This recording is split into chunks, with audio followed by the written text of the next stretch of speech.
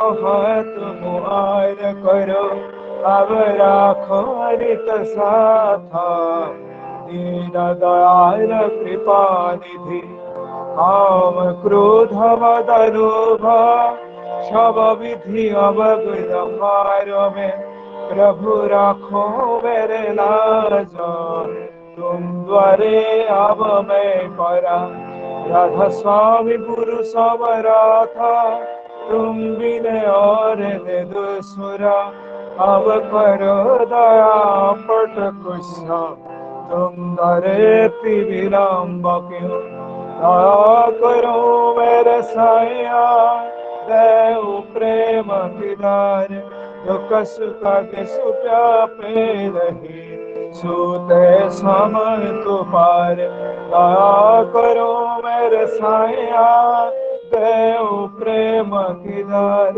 दुख सुख के सुप्यापे नहीं सूते समय तो पार भार भार कर जोर कर सविनय कर पुकार साधु संगम ही देवनिता परम गुरु दातार साधु संगम ही देवनिता परम पिता दातार गुरुर्ब्रह्मा गुरुविष्णु गुरुदेव महेश्वर गुरुर्देव परम ब्रह्म तस्मै श्री गुरुवे नमः अखण्डमण्डलकारं व्याप्तं येनं चराचरं तत्पाददर्शितं येनं तस्मै श्री गुरुवे नमः अगरतिमिरान्धस्सं ज्ञानञ्जनं शलाकया चक्षुर्मीलितं येन तस्मै श्रीगुरुवे नमः स्थावरं जङ्गमव्याप्तं येन कृष्णं सरासरं तत्पादं दर्शितं येन तस्मै श्रीगुरुवे नमः चिद्रूपेण परिव्याप्तं त्रैलोक्यं सरासरं तत्पादं दर्शितं येन तस्मै श्रीगुरुवे नमः गुरुराधिकं तत्तं न गुरुराधिकं तपः तत्त्वज्ञानपरमनस्ते तस्मै श्रीगुरुवे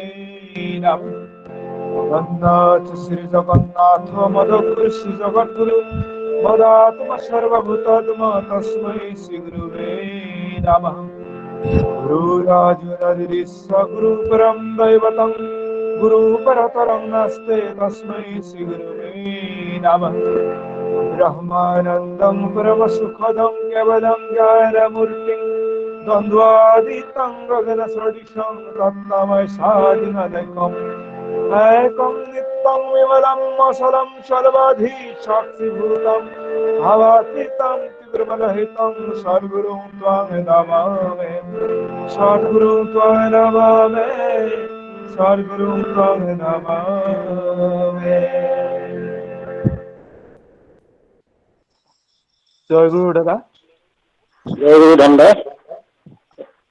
অতি সুন্দৰভাৱে আপুনি শংকৰধ্বনি আৰু বিনতি প্ৰাৰ্থনাৰে আজি এই সৎসংগ শুভাৰম্ভ কৰিলে। পৰম পিতাৰ আতুল চৰণত প্ৰাৰ্থনা জনাইছো আপোনাৰ লগতে যাতে আপোনাৰ পৰিবাৰৰ হাৰ্দিক মংগল হয়। দেওবাৰ শৰ্মা আপোনাৰ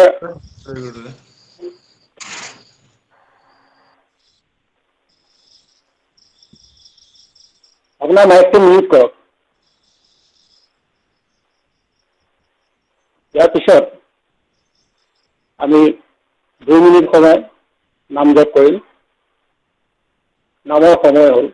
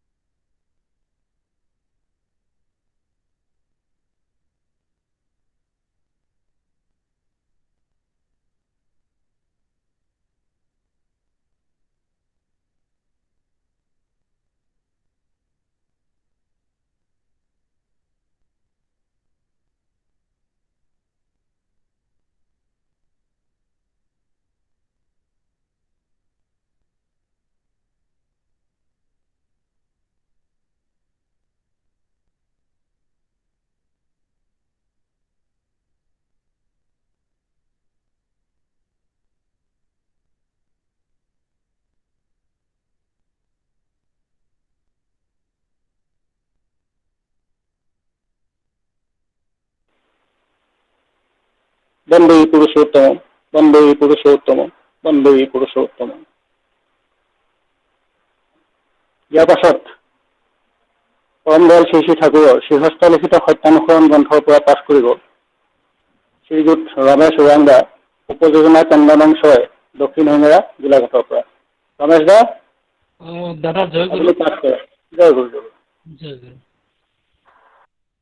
পৰম প্ৰেমময় শ্ৰী শ্ৰী ঠাকুৰ অনুকূল চন্দ্ৰৰ শ্ৰীহস্ত গ্ৰন্থ অসমীয়া অনুবাদ সত্যানুসৰণ। যাৰ বিশ্বাস যিমান কম সি সিমান আনডেভেলপ, অপুষ্ট, বুদ্ধি সিমান কম তীক্ষ্ণ।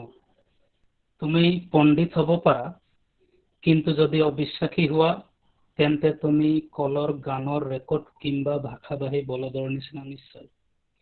যাৰ পকা বিশ্বাস নাই তাৰ অনুভূতি নাই, আৰু যাৰ অনুভূতি নাই সি আকৌ পণ্ডিত কিহৰ।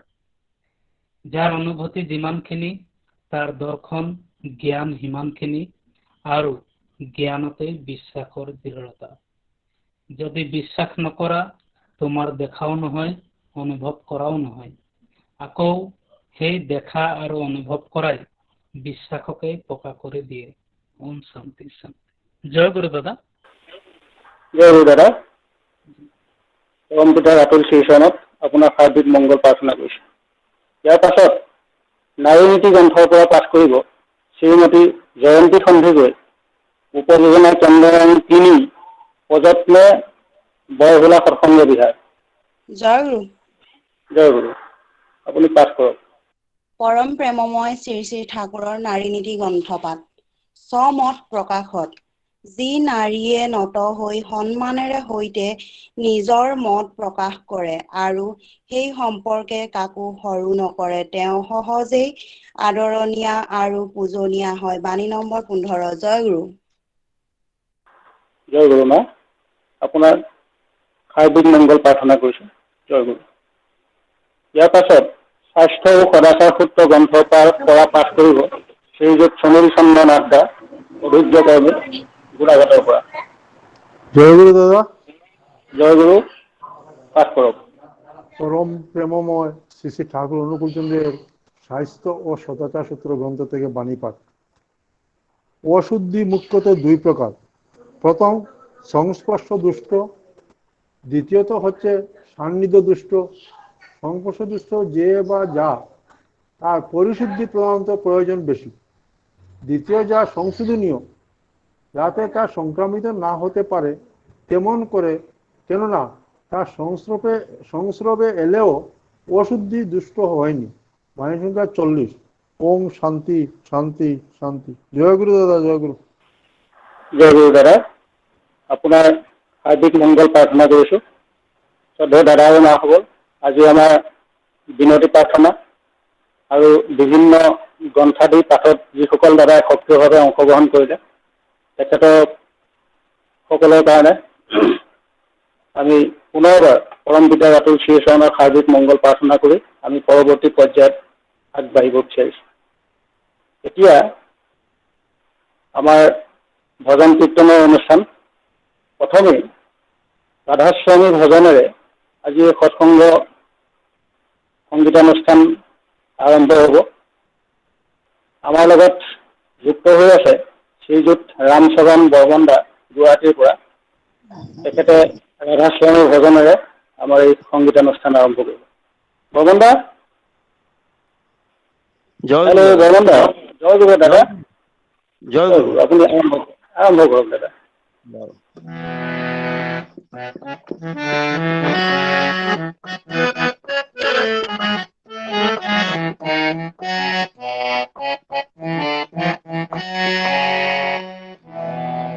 गुरु घाट चलो मन भाई, यह सूरत चदरिया नेऊ धुआई, सूरत चदरिया नेऊ धुआई, घाट चलो मन भाई, गुरु घाट चलो मन भाई, सेवा सावन दर्शन वंजन प्रेम कनीर भराई, सेवा सावन दर्शन मंजन प्रेम कनीर भराई, बचन की रेहा भाव की भांति, बचन की रेहा भाव की भांति, विरह की अग्नि न जराई, हाँ विरह की अग्नि न जराई, गुरु घाट चलो मन भाई, गुरु घाट चलो मन भाई, यह सूरत चदरिया नेऊ धुआई, सूरत चदरिया नेऊ धुआई, घाट चलो मन भाई, गुरु घाट चलो मन भाई, भक्ति नदी जहाँ निश दिन बहती, मलमलता में मैल गवाई, भक्ति नदी जहाँ निश दिन बहती, मलमलता में मैल गवाई, उज्जल निर्मला हुई सूरत जब, उज्जल निर्मला हुई सूरत जब, औरत मनायाब अति हर जाई, औरत मनायाब अति हर जाई, घाट चलो मन भाई, गुरु घाट चलो मन भाई, यह सूरत चदरिया नेऊ धुआई, सूरत चदरिया नेऊ धुआई, घाट चलो मन भाई, गुरु घाट चलो मन भाई, चला गगन पर मिला सबद संग, चढ़त चढ़त त्रिकुटी टिपु आई, चला गगन पर मिला सबद संग, चढ़त चढ़त त्रिकुटी टिपु आई, सुन्न शिखर चढ़ हंस रूप धर, सुन्न शिखर चढ़ हंस रूप धर, महाशून्य छवि और ही पाई, महाशून्य छवि और ही पाई, घाट चलो मन भाई, गुरु घाट चलो मन भाई, यह सूरत चदरिया नेऊ धुआई, सूरत चदरिया नेऊ धुआई, घाट चलो मन भाई, गुरु घाट चलो मन भाई, और गुफा पर सोहंग सोहंग सतलोक सत सोहंग गाई, और गुफा पर सोहंग सोहंग सतलोक सत सोहंग गाई, अलखया गम को देखता देखता, अलखया गम को देखता देखता, राधा स्वामी चरण न जाई समाई, राधा स्वामी चरण न जाई समाई, घाट चलो मन भाई, गुरु घाट चलो मन भाई, यह सूरत चदरिया नेव धुआई, सूरत चदरिया नेव धुआई। घाट चलो मन भाई, गुरु घाट चलो मन भाई।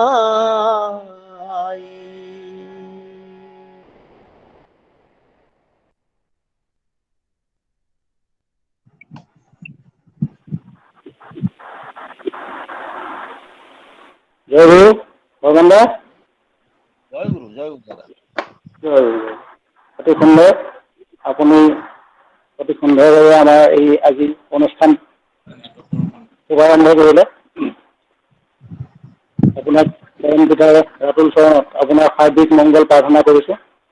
সদায় দাদা আৰু নামসকল আমাৰ শ্ৰীযুত ৰামচৰণ বৰ্মন দা আমাৰ গুৱাহাটী শিৱ মন্দিৰৰ অৰ্থাৎ গুৱাহাটী সৎসংগ বিহাৰৰ ৰাতিপুৱা গধূলি দুইবেলা তেখেতেই প্ৰাৰ্থনা কৰে। তেখেতক হয়তো আমি সকলোৱে চিনি নাপালেও তেখেতৰ কণ্ঠটো কিন্তু সকলোৰে চিনাকি। দাদা আপোনাক পুনৰবাৰ জয় গুৰু জ্ঞাপন কৰিছোঁ। জয় গুৰু। জয় গুৰু, জয় গুৰু। ইয়াৰ পাছত ভজন কীৰ্তন পৰিৱেশন কৰিব শ্ৰীমতী কল্পনা কাঠৰিঙা, অনিল নগৰ, গুৱাহাটীৰ পৰা। মা আপুনি আৰম্ভ কৰক। জয় গুৰু।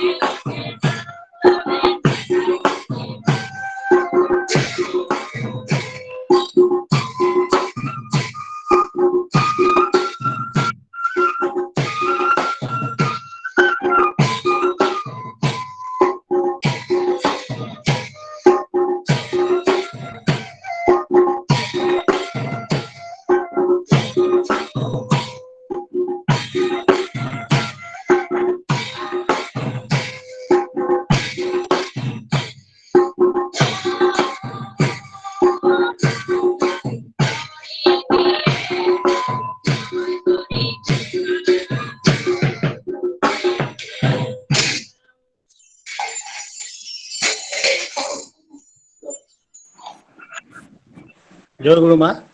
জয় অতি সুন্দৰ পৰিৱেশন।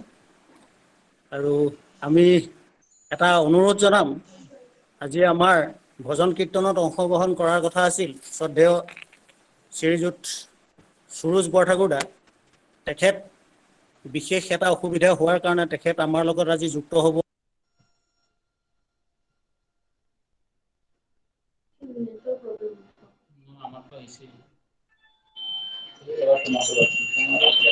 দাদা মাইকটো মিউট। হয় দাদা। Hello', hello'.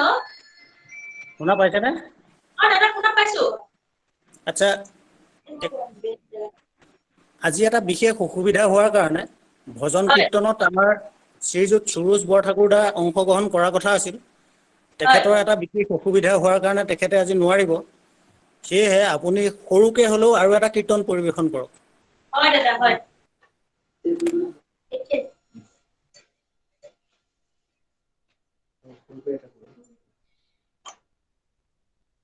হে ৰাম ৰাম মন সাগৰ অপোন নৌকা মানি ভৰাই কি কৰিছা বন্ধুৰ সকল হৰি নাম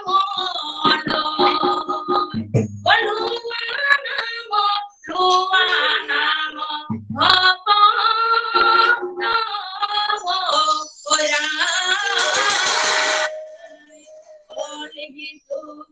নামৰ বিনে শ্ৰেষ্ঠ ধৰ্ম নাই। হে ৰাম ৰাম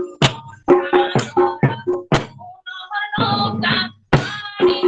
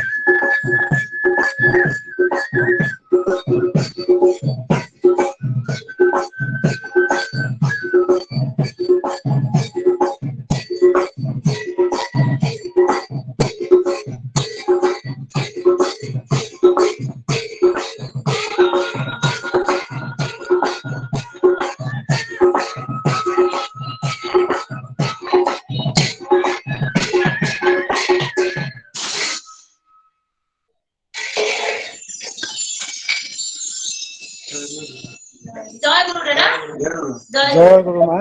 অতি সুন্দৰ। আপুনি অতি সুন্দৰভাৱে নেগেৰা কীৰ্তন পৰিৱেশন কৰি আমাক আমোদ দিলে।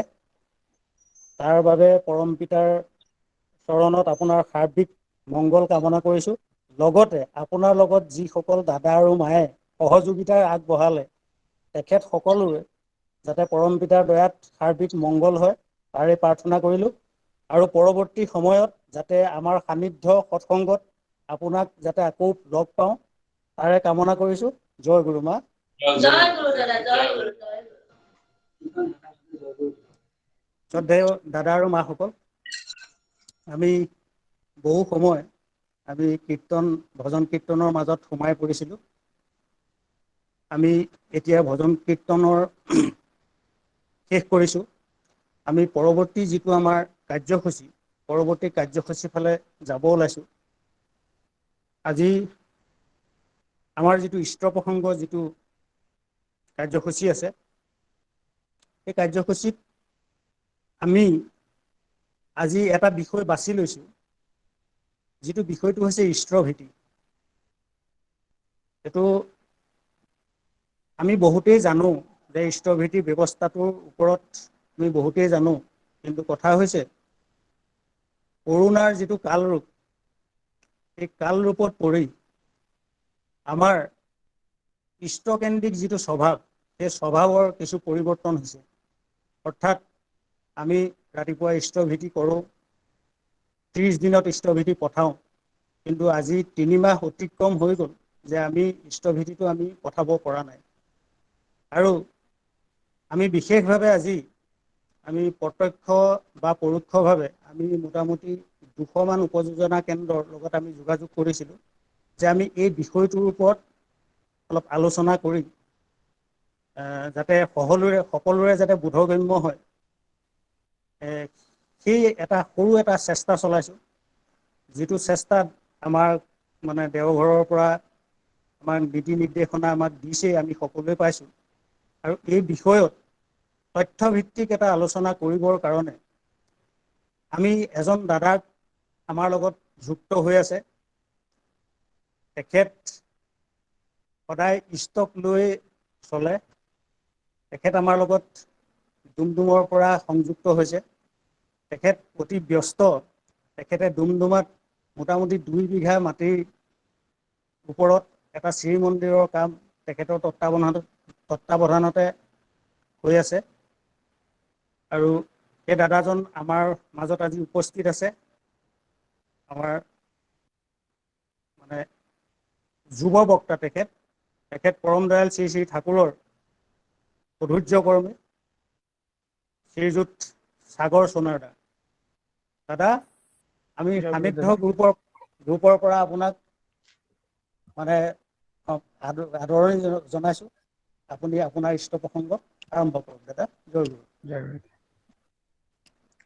वंदे लोक तिलकं शाश्वतवार्ता विभूषणं अमरकृत्युच्चारणं प्रबुद्धं लोक जीवनं प्रणय प्रमत्त यागदीपनं वंदे जीवन जीवनं सत्पुरुषं वंदे जीवन जीवनं सत्पुरुषं वंदे जीवन जीवनं सत्पुरुषं ब्रह्म मार्ग प्रदर्शकं प्रेम भक्ति विनायकं शांति स्वस्ति विदायकं आचार्य प्रवरं।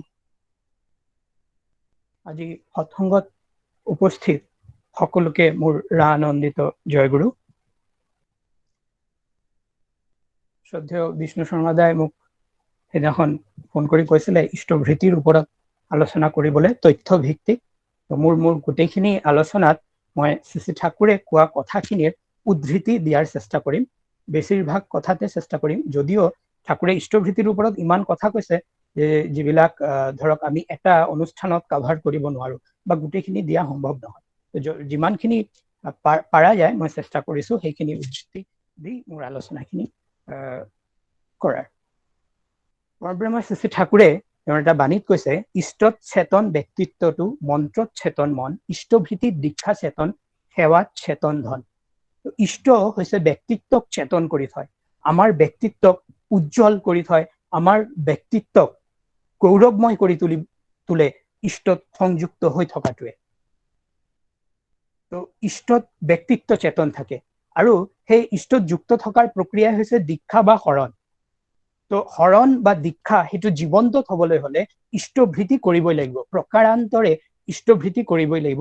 তাৰমানে হয়তো ইষ্টভৃতি বিভিন্ন অনুষ্ঠানবিলাক আছে, তাত ইষ্টভৃতিৰ হয়তো নাম মেনশ্যন নাছিলে, কিন্তু কোনো না কোনো প্ৰকাৰে ইষ্টভৃতি আছিলেই, সেই আগৰ পৰাই সেইটো চলি আহিছে। তো আমি অকমান শাস্ত্ৰৰ ফালৰ পৰা চাওঁ ইষ্টভৃতি কি আকাৰে আছিলে আগত। মনু সংহিতাৰ পৰা আৰম্ভ কৰিছো। আটাইতকৈ প্ৰাচীনতম ধৰ্মগ্ৰন্থ বেদটো অতি সনাতন, বেদৰ ইটাৰনেল, ইয়াৰ কোনো সৃষ্টিৰ সময় নাই, কিন্তু বেদৰ পিছতে যদি প্ৰাচীনতম ধৰ্মগ্ৰন্থ বুলি কোৱা হয় তেতিয়াহ'লে মনু সংহিতা। তো মনু সংহিতাত উল্লেখিত আছে ৩য় অধ্যায়ৰ ১১৭ নম্বৰ শ্লোকত, দেৱ ঋষিনো মনুষ্যশ্চ পিতৃ গৃহশ্চ দেৱতাং পূজয়িতাং তৎপশ্চাৎ গৃহস্থ শেষভুক্ত ভৱতে। অৰ্থাৎ গৃহৰ দেৱতাসকলক পূজা কৰাৰ পিছতহে গৃহস্থসকলে তাৰ শেষ অন্ন ভোজন কৰিব পাৰি। আগৰ দিনত নিয়ম আছিলে যে গৃহস্থসকলে যজ্ঞ সম্পাদন কৰে, পঞ্চ মহাযজ্ঞ, তাৰপিছত তেওঁলোকে সেই যজ্ঞত অৰ্পণ কৰাৰ পিছত যিখিনি বাচি যায় সেইখিনিকে তেওঁলোকৰ ভোজন ৰূপে গ্ৰহণ কৰে। ইষ্টক নিদিয়াকৈ খোৱাৰ অভ্যাস আগত একেবাৰেই নাছিলে। তো সেই পঞ্চ মহাযজ্ঞ মনু সংহিতা মতে কি কি আছে আমি চাই লওঁ। পঞ্চ মহাযজ্ঞ হল ব্ৰহ্মযজ্ঞ, ঋষিযজ্ঞ, পিতৃযজ্ঞ, নৃযজ্ঞ, ভূতযজ্ঞ। আৰু কৈছে যে যোনে এই ধৰণে নিদিয়াকৈ খায় তেওঁ চুৰি কৰে বা পাপ অন্ন ভক্ষণ কৰে, আৰু যোনে যজ্ঞৰ অৱশিষ্ট অন্ন ভক্ষণ কৰে তেওঁ পুণ্য অন্ন ভক্ষণ কৰে। তাৰপিছত আহোঁ শতপদ ব্ৰাহ্মণ। 11শ কাণ্ডত এইদৰে কৈছে, পঞ্চব্য মহাযজ্ঞ নাতব্য মহাক্ষত্ৰাণি ভূতযজ্ঞ, মনুষ্যযজ্ঞ, পিতৃযজ্ঞ, দেৱযজ্ঞ, ব্ৰহ্মযজ্ঞ ইতি। এই 5 ধৰণৰ যজ্ঞক পঞ্চ মহাযজ্ঞ বুলি কৈছে শতপদ ব্ৰাহ্মণ। শ্ৰীমদ ভাগৱত গীতাত ভগৱান শ্ৰীকৃষ্ণই অৰ্জুনক কয় যে ইষ্টান ভোগী হি ভো দেৱো দাস্যন্তে যজ্ঞ ভাবিতাং তদাৰ্থ প্ৰদৰ্ভ্য যে ভুক্তেষ্ণ এবচ। ইয়াৰ অৰ্থ হল যজ্ঞৰ দ্বাৰা সম্বৰ্ধিত হৈ দেৱতাসকলে তোমালোকক অভিলাষিত ভোগসমূহ প্ৰদান কৰে। তেওঁলোকৰ দ্বাৰা প্ৰদত্ত বস্তুসমূহ তেওঁলোকক অৰ্পণ নকৰাকৈ খালে এয়া চুৰি কৰা হয়। মানে যজ্ঞৰ দ্বাৰা দেৱতাসকলে যেতিয়া সন্তুষ্ট হয় তেতিয়া সকলো বস্তু আমাক প্ৰদান কৰে। সাধাৰণভাৱে ভাবি চাওঁ, আমি যিবিলাক বস্তু উপভোগ কৰো সংসাৰত, পানী, বতাহ, খাদ্য সামগ্ৰী, সব কিন্তু সেইখিনি আমি কোনো লৈ অহা নাই জন্মগতভাৱে, এইখিনি এই প্ৰকৃতিয়ে আমাক দিয়ে। তো সেই প্ৰকৃতিৰ গোটেইখিনি নিয়ন্তা একোজন দেৱতা আছে, শ্ৰীমদ ভাগৱত গীতাত কৈছে। আৰু যোনে এই তেওঁলোকৰ পৰা বস্তুখিনি তেওঁলোকক অৰ্পণ নকৰাকৈ খায় তেওঁ পাপান্ন ভক্ষণ কৰে বা চুৰি কৰে। শ্ৰীমদ ভাগৱত গীতাত এইখিনি কোৱা আছে। তেতিয়াহ'লে কথা হ'ল যে যোনে যাৰ অভ্যাস এই ধৰণে নিবেদন নকৰাকে খোৱা তেওঁলোক অপৰাধ কৰে। এটা সময়ত ভাৰতবৰ্ষত এই বিধান আছিলে, সকলোৱে ইষ্টক বা ঈশ্বৰক নিবেদন নকৰাকৈ অন্ন গ্ৰহণ কৰা নাছিলে। কালক্ৰমে যেতিয়া বস্তুবাদী সমাজৰ চিন্তাধাৰাৰ প্ৰচলন হ'ল, আমাৰ সমাজ সেই ধৰণে ভাগ হৈ গ'ল, এই আচৰণবিলাক গুচি গ'ল। তাৰপিছত সমাজৰ ডিগ্ৰেডেশ্যন। তো এতিয়া এই পঞ্চ মহাযজ্ঞৰ ক্ষেত্ৰত শ্ৰী ঠাকুৰে কি কৈছে, দীপৰক্ষিত শ্ৰী ঠাকুৰে কৈছে দেবযজ্ঞ, ঋষিযজ্ঞ, নৃযজ্ঞ, ভূতযজ্ঞ, পিতৃযজ্ঞ। এই 5 প্ৰকাৰৰ যজ্ঞক শ্ৰী শ্ৰী ঠাকুৰে পঞ্চমহাযজ্ঞ বুলি কৈছে। ঠাকুৰে এই গোটেইখিনি যে পঞ্চমহাযজ্ঞৰ গোটেইখিনি ইষ্টভৃতিৰ ৰূপত আমাক দিছে। ইষ্টভৃতিৰ ৰূপত কিয়? প্ৰশ্ন আহিব পাৰে, এই 5 ধৰণৰ যজ্ঞ ইষ্টভৃতিৰ ৰূপত কিয় হ'ব পাৰে? তো শ্ৰীমদ ভাগৱত গীতাত কৈছে সৰ্বদেৱময় গুৰু, সকলো দেৱতাৰ সমাহাৰত গুৰুৱে গুৰু হয়। সৰ্বদেৱময় গুৰু, গুৰুৰ ভিতৰতে সকলো আছে। তেতিয়াহ'লে গুৰুক যেতিয়া সেৱা কৰা যায়, গুৰুক যেতিয়া নিবেদন কৰা যায়, তেতিয়া তাৰ মানে সকলো দেৱতাই এয়া গ্ৰহণ পায়। শ্ৰী শ্ৰী ঠাকুৰে কৈছে গুৰুই ভগৱানেৰ সাকাৰ মূৰ্তি। আকৌ শ্ৰী শ্ৰী ঠাকুৰে কৈছে সব দেৱতাৰ সমাহাৰে পুৰুষোত্তমেৰ আবিৰ্ভাব। কেষ্টদাই ঠাকুৰক প্ৰশ্ন কৰিছিলে যে যজ্ঞ গ্ৰহণ কৰাৰ, যজ্ঞৰ যিটো ফল, এয়া গ্ৰহণ কৰাৰ অধিকাৰ যুগে যুগে পৰিৱৰ্তন হয়। এটা যুগত দক্ষৰ আছিলে, এটা যুগত ভগৱান মহাদেৱৰ বা শিৱৰ আছিলে, আৰু এটা যুগত বিষ্ণুৰ আছিলে। শ্ৰী শ্ৰী ঠাকুৰে ক'লে পুৰুষোত্তম ঐ, পুৰুষোত্তম তেওঁই, কিন্তু পুৰুষোত্তমৰ সেই যজ্ঞৰ আহুতি গ্ৰহণ কৰাৰ অধিকাৰ থাকে, কাৰণ তেওঁ সেই যুগৰে বিষ্ণু বা সেই যুগৰে মহাদেৱ। এই কথাখিনি শ্ৰী শ্ৰী ঠাকুৰে আলোচনা প্ৰসংগে 22 নম্বৰ খণ্ড পৃষ্ঠা 151, আৰু সেইটো আলোচনা হৈছিলে ইংৰাজী 15 তাৰিখ 9 ছেপ্টেম্বৰ 1953। শ্ৰী শ্ৰী ঠাকুৰে এই কথাখিনি কৈছে। তাৰপিছত আহোঁ ঠাকুৰে ইষ্টভৃতিৰ যিটো আমাক দিছে, ইয়াৰ বিষয়ে কি কি কৈছে। ঠাকুরে কৈছে ইষ্টভৃতি জিনিসটা আগেও ছিল, স্বস্তিনী জিনিসটা আমি গুছিয়ে দিয়েছি, স্বস্তিনীর ফর্ম স্বরূপটা দিয়েছি, এটা সেদিক থেকে নতুন, আগে থাকলেও বোঝা যেত না। ইষ্টভৃতি স্বস্তিনী যদি করে তবে দেখিস এই দুইয়ের ফলে দুই পুরুষের মধ্যেই কি হতে পারে। দুটা পুৰুষৰ ভিতৰতে শ্ৰী শ্ৰী ঠাকুৰে ক'লে যে ইষ্টভৃতি আগতো আছিলে, আৰু মই এয়া নতুন ৰূপত মই এইটোক এই আকাৰত দিছো। মই ভিডিঅ'টো অফ কৰি ল'ম নেকি যদি সাউন্ড ক্লিয়াৰ অহা নাই? যদি কৰিব পাৰে। যদি সাউন্ড ক্লিয়াৰ অহা নাই অফ কৰি দিম। মোৰটো ক্লিয়াৰ আছিলে বাৰু। ঠিক আছে, সাউন্ডটো ক্লিয়াৰ পাইছো দাদা। ঠিক আছে কন্টিনিউ কৰব। তো ইষ্টভৃতিটো আগতো আছিলে বিভিন্ন আকাৰে, ঠাকুৰে ইয়াক ইষ্টভৃতিৰ এই ধৰণে আমাক দিছে। আৰু তাৰ পিছত কৈছে যে স্বস্তিনী যিটো, সেইটো স্বস্তিনী বেলেগ আগত যদিও আছিলে, কি ৰূপত আছিলে তাৰ প্ৰপাৰ জানা নাযায়, সেই দিশৰ পৰা ঠাকুৰে ইয়াক নতুনকৈ আমাক দিছে। তো ঠাকুৰে কৈছে যে ইষ্টভৃতি আৰু স্বস্তিনী এই যদি ঠিক ভাৱে কৰা যায়, তেতিয়াহ'লে দুটা পুৰুষৰ ভিতৰত, দুই পুৰুষ মানে দুটা জেনেৰেশ্যনৰ ভিতৰতে আমাৰ মাজত পৰিৱৰ্তন দেখা যাব পাৰে। তাৰপিছত শ্ৰী শ্ৰী ঠাকুৰে কৈছে যে এইখিনি কথা শ্ৰী শ্ৰী ঠাকুৰে আলোচনা প্ৰসংগে খণ্ড 1 পৃষ্ঠা 45ত কৈছে। তাৰপিছত শ্ৰী শ্ৰী ঠাকুৰে কৈছে যে ইষ্টভৃতির কথা নতুন কিছু না, বেদ, গীতা, বাইবেল, কোরআন, সংহিতা সব জায়গায় আছে এর কথা। নিত্য পঞ্চযজ্ঞের কথা হিন্দু সন্তান আজ ভুলে গেছে, দুর্দশাও তাই আজ ঘিরে ধরেছে। ইষ্টভৃতির মধ্যে মোটামুটি জিনিসটা আছে, তাই ইষ্টভৃতিটা যদি ভালো করে চালানো যায়, ভাতৃভুজ্য, ভূতভুজ্য ইত্যাদি সহ, তাহলে মানুষের চরিত্র, কর্মক্ষমতা ও যোগ্যতা অনেক বাড়ে, তেমনি দুঃসহদের তাদের সাহায্য ব্যবস্থা হয়। তেতিয়াহ'লে শ্ৰী শ্ৰী ঠাকুৰে এই কথাখিনিয়ে কৈছে যে ইষ্টভৃতি যিটো পঞ্চমহাযজ্ঞ আগত আছিলে, কিন্তু যেহেতু আমি সেই গোটেইখিনি কথা পাহৰি গলো, তো এইবাৰ দয়ালে দয়া কৰি ইষ্টভৃতিৰ আকাৰত এই আমাক দিছে। লগতে কৈছে ইষ্টভৃতিৰ লগত ভাতৃভুজ্য, ভূতভুজ্য এইখিনিও চালু কৰাৰ কথা কৈছে, লগত আৰম্ভ কৰাৰ কথা কৈছে। আৰু ইয়াৰ যিটো ৰেজাল্ট সেইখিনিৰ বিষয়টো শ্ৰী শ্ৰী ঠাকুৰে কৈছে। তো ইষ্টভৃতিৰ বিষয়ে শ্ৰী শ্ৰী ঠাকুৰে ক'লে যে ইষ্টভৃতিৰ কি হয়, ইষ্টভৃতিত দৈবী আৰু পুৰস্কাৰৰ মিলন ঘটে। দৈবী মানে আপোনাৰ সেন্সৰি আৰু মোটৰ। আমাৰ দুই ধৰণৰ মেকানিজম আছে আমাৰ বডিত, এটা সেন্সৰি পাৰ্ট, এটা মোটৰ পাৰ্ট। এক ধৰণৰ বস্তুৱে আমাক চিন্তা কৰিবলৈ সহায় কৰে, এটা কৰ্মক্ষমতা আমাক কৰ্ম কৰায়, কৰ্ম যিখিনি সম্পাদন কৰো তাত হেল্প কৰে। তো এই দুয়োটাৰ কোঅৰ্ডিনেশ্যন আমাৰ ইষ্টভৃতিয়ে হেল্পফুল কৰে।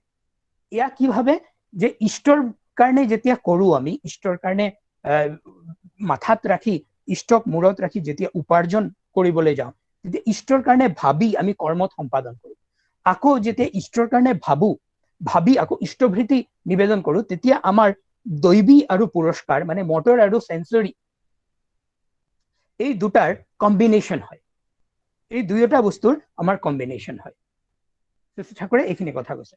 তাৰপিছত শ্ৰী ঠাকুৰে ক'লে যে ইষ্টভৃতি হলো practical materialized condensed form of psychophysical aesthetic devotion. শৰীৰ মানসিক তপস্যা পৰায়ণ ভক্তিৰ কাৰ্যকাৰণী বাস্তব সংক্ষিপ্ত ৰূপ হৈছে ইষ্টভৃতি। ঠাকুৰে ইয়াত কৈছে, এটা ধুনীয়া বাণীত কৈছে যে শৰীৰ আৰু মনের যুক্ত আগ্রহে ইস্পিতে কেন্দ্রায়িত হয়ে তারই ভরণ কামনায় উপার্জন করে দৈনন্দিন সর্বপ্রথমে যে অর্ঘ্য নিবেদন করা হয় তাকেই ইষ্টভৃতি বলে। তেতিয়াহ'লে শৰীৰ আৰু মনৰ যুক্ত আগ্ৰহত ইস্পিতত মানে ইষ্টত বা ঈশ্বৰত কেন্দ্ৰায়িত হৈ তেওঁৰ বা ঈশ্বৰৰ ভৰণ পোষণাৰ্থে উপাৰ্জন কৰি ৰাতিপুৱাই যি অৰ্ঘ্য আমি নিবেদন কৰো সেয়াই হৈছে ইষ্টভৃতি। ইষ্টভৃতিৰ শ্ৰী ঠাকুৰে কৈছে যে ইষ্টভৃতি কি, আৰু কৈছে শ্ৰী ঠাকুৰে ইষ্টভৃতির মানে ইষ্ট বা আদর্শে বাস্তব পালন পোষণ ও প্রবর্ধনা। ইষ্টভৃতি হলো ফিজিক্যাল ডিভোশন উইথ উইল, ইচ্ছা সমন্বিত শরীরের তপস্যা ইষ্টভৃতি। দৈনন্দিন প্রাতকালে ওই লাভ অফারিং মানে প্রীতি অবদান, ইহা হলো first push of the day. আমরা ইষ্টভৃতি করি to maintain our principal, the ideal, the beloved. আমি ইষ্টভৃতি করু আমার ইষ্টক, আমার আদর্শক, আমার প্রিয় পরমক পালন করার অর্থে। আৰু দৈনন্দিন জীৱনৰ প্ৰথম যিটো ধাক্কা কৰ্মৰ ক্ষেত্ৰত, সেইটো ইষ্ট কৰ্মৰ দ্বাৰা আৰম্ভ হয় যেতিয়া আমি ইষ্টভৃতি নিবেদন কৰো। শ্রী ঠাকুরে কৈছে সবার চেয়ে বড় ধান্দা ইষ্টভৃতি হলে তারপর থেকেই দেখবি জীবন কেমন ফলে। আকৌ কৈছে যতই আসুক আপদ বিপদ, যেমন তরই হোক প্রাণ, ইষ্টভৃতি আনেই আনে সবার পরিত্রাণ। তাৰপিছত আকৌ আৰু এটা বাণীত কৈছে যে ইষ্টভৃতির ধান্দা যদি মাথায় মজুত রইল না, 1,00,000 টাকা করলেও দান, ধর্ম তারে বইল না। এই গোটেইখিনি কথা এটাৰ পিছত এটা যে এইখিনিয়ে প্ৰমাণ যে ইষ্টভৃতিৰ ইম্পৰ্টেন্স আমাৰ জীৱনত কি ধৰণে এটা আমূল পৰিৱৰ্তন আনি দিব পাৰে। ইষ্ট ধান্দা হৈ, ইষ্ট কেন্দ্ৰায়িত হৈ উপাৰ্জন কৰি ইষ্টক নিবেদন কৰাৰ ধান্দা। আৰু নিয়ত ইয়া প্ৰগ্ৰেছিভ হ'ব লাগে, ইষ্টভৃতি সদায় প্ৰগ্ৰেছিভ হ'ব লাগে। কেনেকে যে মই আজি যিটো অৰ্ঘ্য কৰি আছো, মই যদি কণ্টিনিউৱাছলি সেইটোৱে কৰি থাকো, তেতিয়াহ'লে মোৰ ডেভেলপমেণ্ট নহ'ব, মোৰ ইভলিউশ্যন নহ'ব। মই চেষ্টা কৰিব লাগিব সদায় যাতে ইষ্ট অৰ্ঘ্য যিটো নিবেদন কৰো সেইটো বঢ়াই থাকিব পাৰো। শ্ৰী ঠাকুৰে কৈছে যে আহাৰ্য অনুপাতিক, মই যিটো দৈনন্দিন আহাৰ কৰো তাৰ অনুপাতিক ইষ্টক দিয়াৰ অভ্যাস কৰিব লাগে। শ্ৰী ঠাকুৰে এটা ধুনীয়া বাণী আছে যে বিঘাই প্ৰতি 2.5 কাঠা, রুজির 2.5 আনা, ইষ্ট সেবায় অর্ঘ্য দিয়ে বৃদ্ধিতে চল টানা। তার মানে মই আমার যিটো ইনকাম, প্রতি বিঘাত 2.5 কাঠা যিটো ইনকাম, তাত ইষ্টৰ অধিকাৰ থাকে।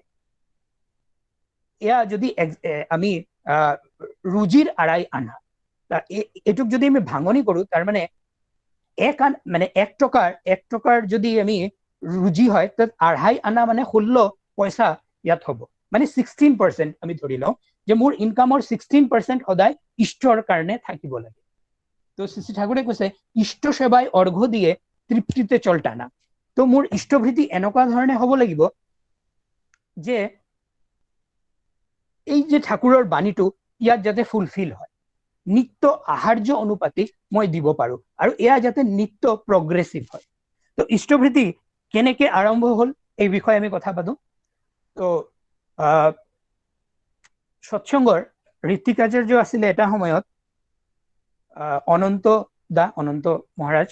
তেওঁ দেহ ৰক্ষা কৰাৰ পিছতে ঋত্বিক আচাৰ্যৰ দায়িত্ব ললে কেষ্টদাই। তেতিয়া কেষ্টদাক শ্ৰী ঠাকুৰে মাতি বহুতখিনি কথা ক'লে আৰু বহুতখিনি পৰিৱৰ্তন, সাংগঠনিক পৰিৱৰ্তন ঠাকুৰে আনাৰ কথা ক'লে। তাৰে ভিতৰত অন্যতম এটা আছিলে ইষ্টভৃতি।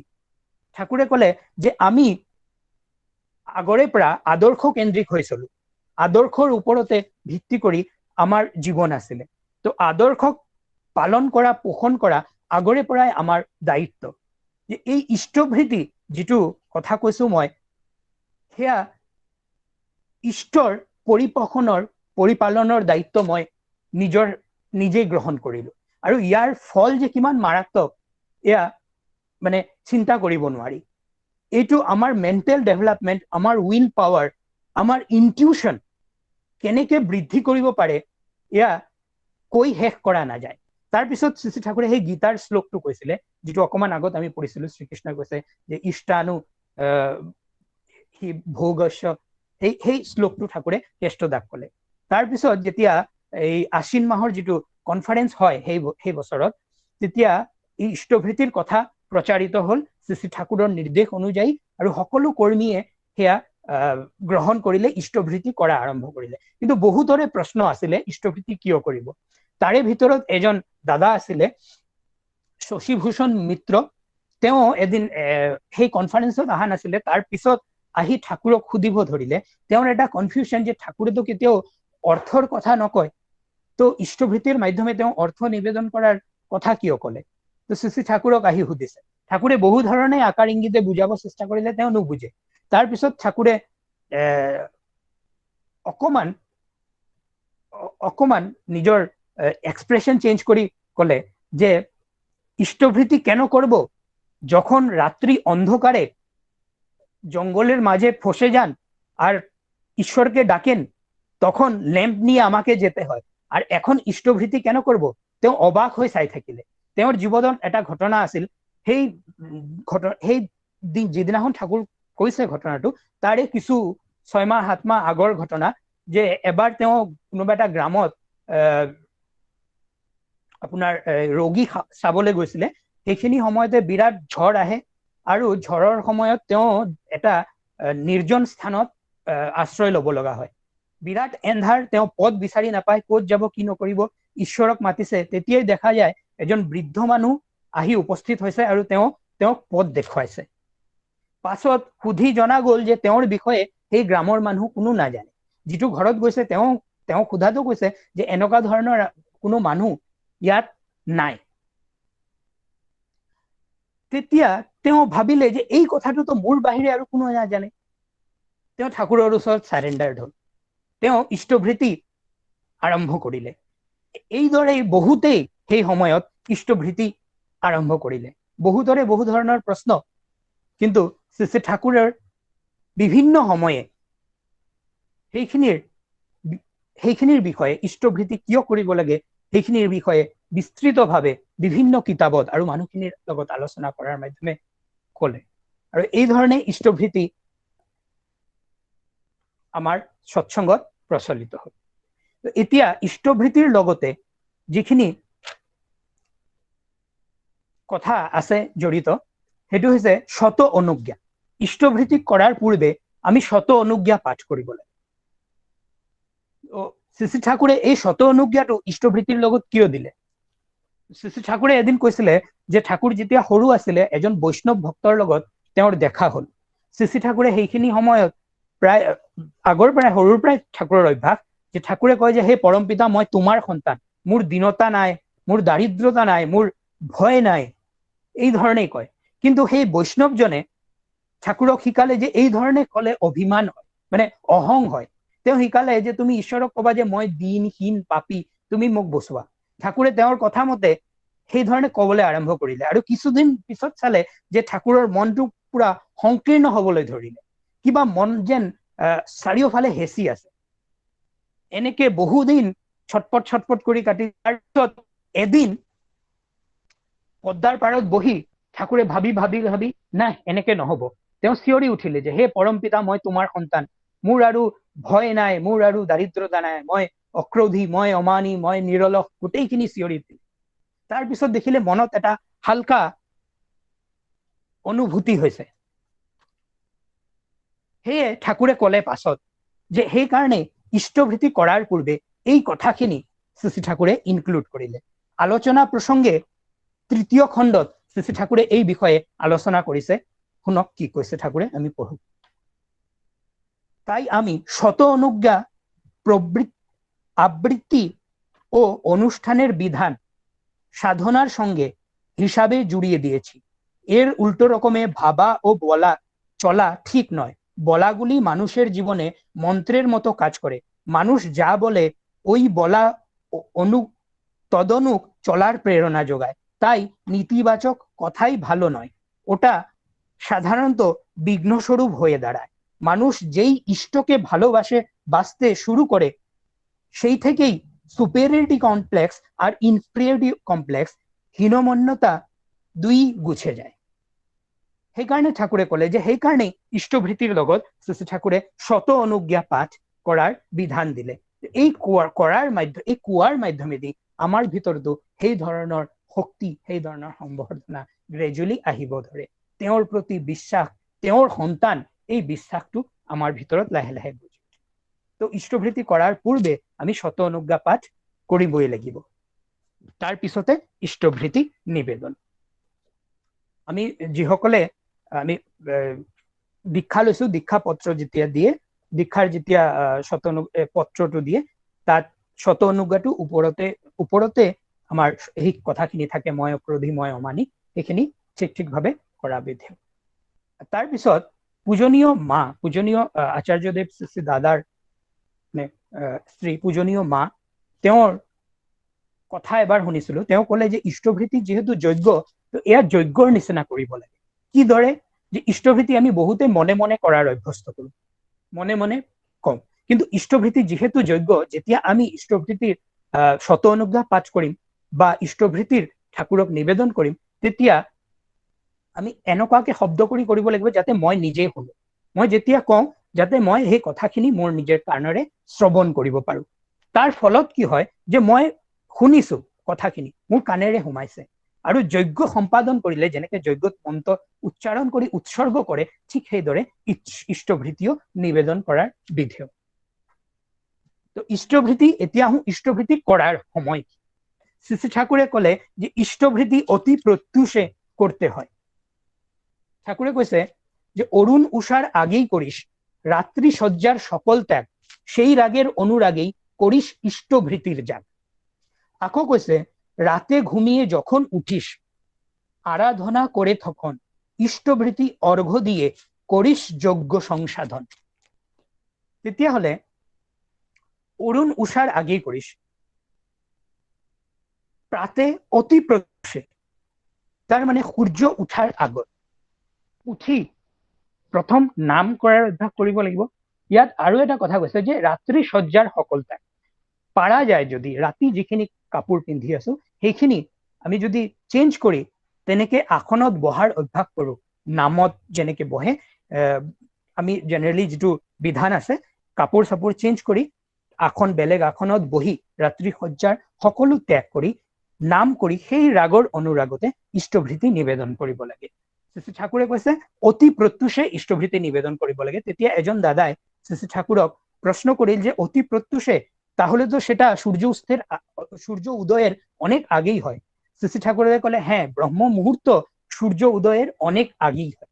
তাৰপিছত শ্ৰী ঠাকুৰে কলে যে ব্ৰহ্ম মুহূৰ্তটো সূৰ্য উদয়েৰ যেটো সময়, তাৰ পৰা দুই দণ্ড সময়ৰ আগৰ পৰা সূৰ্য উদয়ৰ সময়লৈ যিখিনি মুহূৰ্ত, সেইটোকে ব্ৰহ্ম মুহূৰ্ত বুলি কোৱা হয়।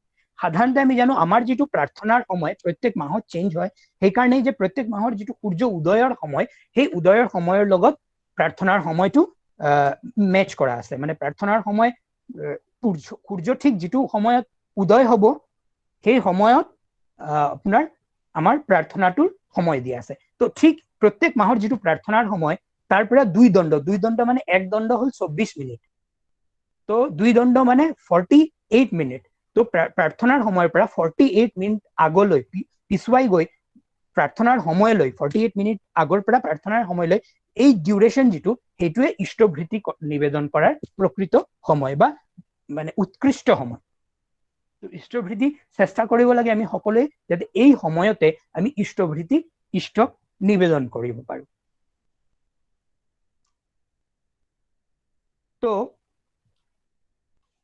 তাৰ পিছত কথা আহে যে ইষ্টভৃতিৰ কৰাৰ ক্ষেত্ৰত শ্ৰী শ্ৰী ঠাকুৰে কৈছে যে ভিক্ষা কৰেও ইষ্টভৃতি কৰলে আৰ্য ছেলে, অযুত তীৰ্থ পৰ্যটনেৰ ফল তাহাতে মেলে। তাৰ মানে ইষ্টভৃতি যদি আমি কৰো, যদি কাবাৰ তেনেকুৱা অপাৰগতা আছে ইষ্টভৃতিৰ অৰ্ঘ নিবেদন কৰাত, তেওঁ ভিক্ষা কৰিও ইষ্টভৃতি কৰিব পাৰে। শ্ৰী ঠাকুৰে এই ক্ষেত্ৰত কৈছে। আকৌ কৈছে যে সামৰ্থ্যেৰ কৰে অপলাভ, এই ক্ষেত্ৰত শ্ৰী ঠাকুৰে সতৰ্ক কৰে দিছে যে সামৰ্থ্যেৰ কৰে অপলাভ কৰে ভিক্ষা কৰলে ভিক্ষা হয় পাপ, ভিক্ষা কৰে ইষ্টভৃতি হীন সামসী অধম নীতি। তেতিয়াহলে যদি মোৰ যোগ্যতা থাকে তাৰ পিছতো যদি মই ভিক্ষা কৰি ইষ্টভৃতি নিবেদন কৰো, এয়া কিন্তু উচিত নহয়, এয়া অধম নীতি হ'ব। কিন্তু যাৰ হয়তো যোগ্যতা নাই, একেবাৰেই অপাৰগ, তেওঁ যদি ভিক্ষা কৰিও ইষ্টভৃতি কৰে তেতিয়াহলে অযুত তীৰ্থ পৰ্যটনৰ ফল তাত মিলে। তো দুয়োটা ফালৰ পৰা আমি চালি জালি চাব লাগিব, নিজক যাতে আমি ফাঁকি নিদিওঁ। আৰু এই যে সামৰ্থ্য বঢ়াই ইষ্টভৃতি কৰাৰ কথা কৈছে, ইয়াৰ ফল কিন্তু বহুত। ইষ্টভৃতিৰ মাৰাত্মক ফল। শ্ৰী ঠাকুৰে এই ক্ষেত্ৰত কৈছিলে যে এটা সময়ত যেতিয়া বাৰ্মাত যেতিয়া যুদ্ধ হৈছিলে, বহু সৎসংগী তাত আছিলে, বহু সৎসংগী সেইখিনি সময়ত বাৰ্মাত আছিলে। তো তাত জাপানে বোম পেলায় বা বিভিন্ন যুক্ত মিত্ৰ শক্তিয়ে বোম পেলায়, বহু গুৰু ভাই ইষ্টভৃতি কৰাৰ কাৰণেই কিন্তু ৰক্ষা পাইছে। কিন্তু শ্ৰী ঠাকুৰে কৈছে যে স্বাৰ্থ প্ৰাৰ্থনা কৰি কেতিয়াও ইষ্টভৃতি কৰিব নালাগে।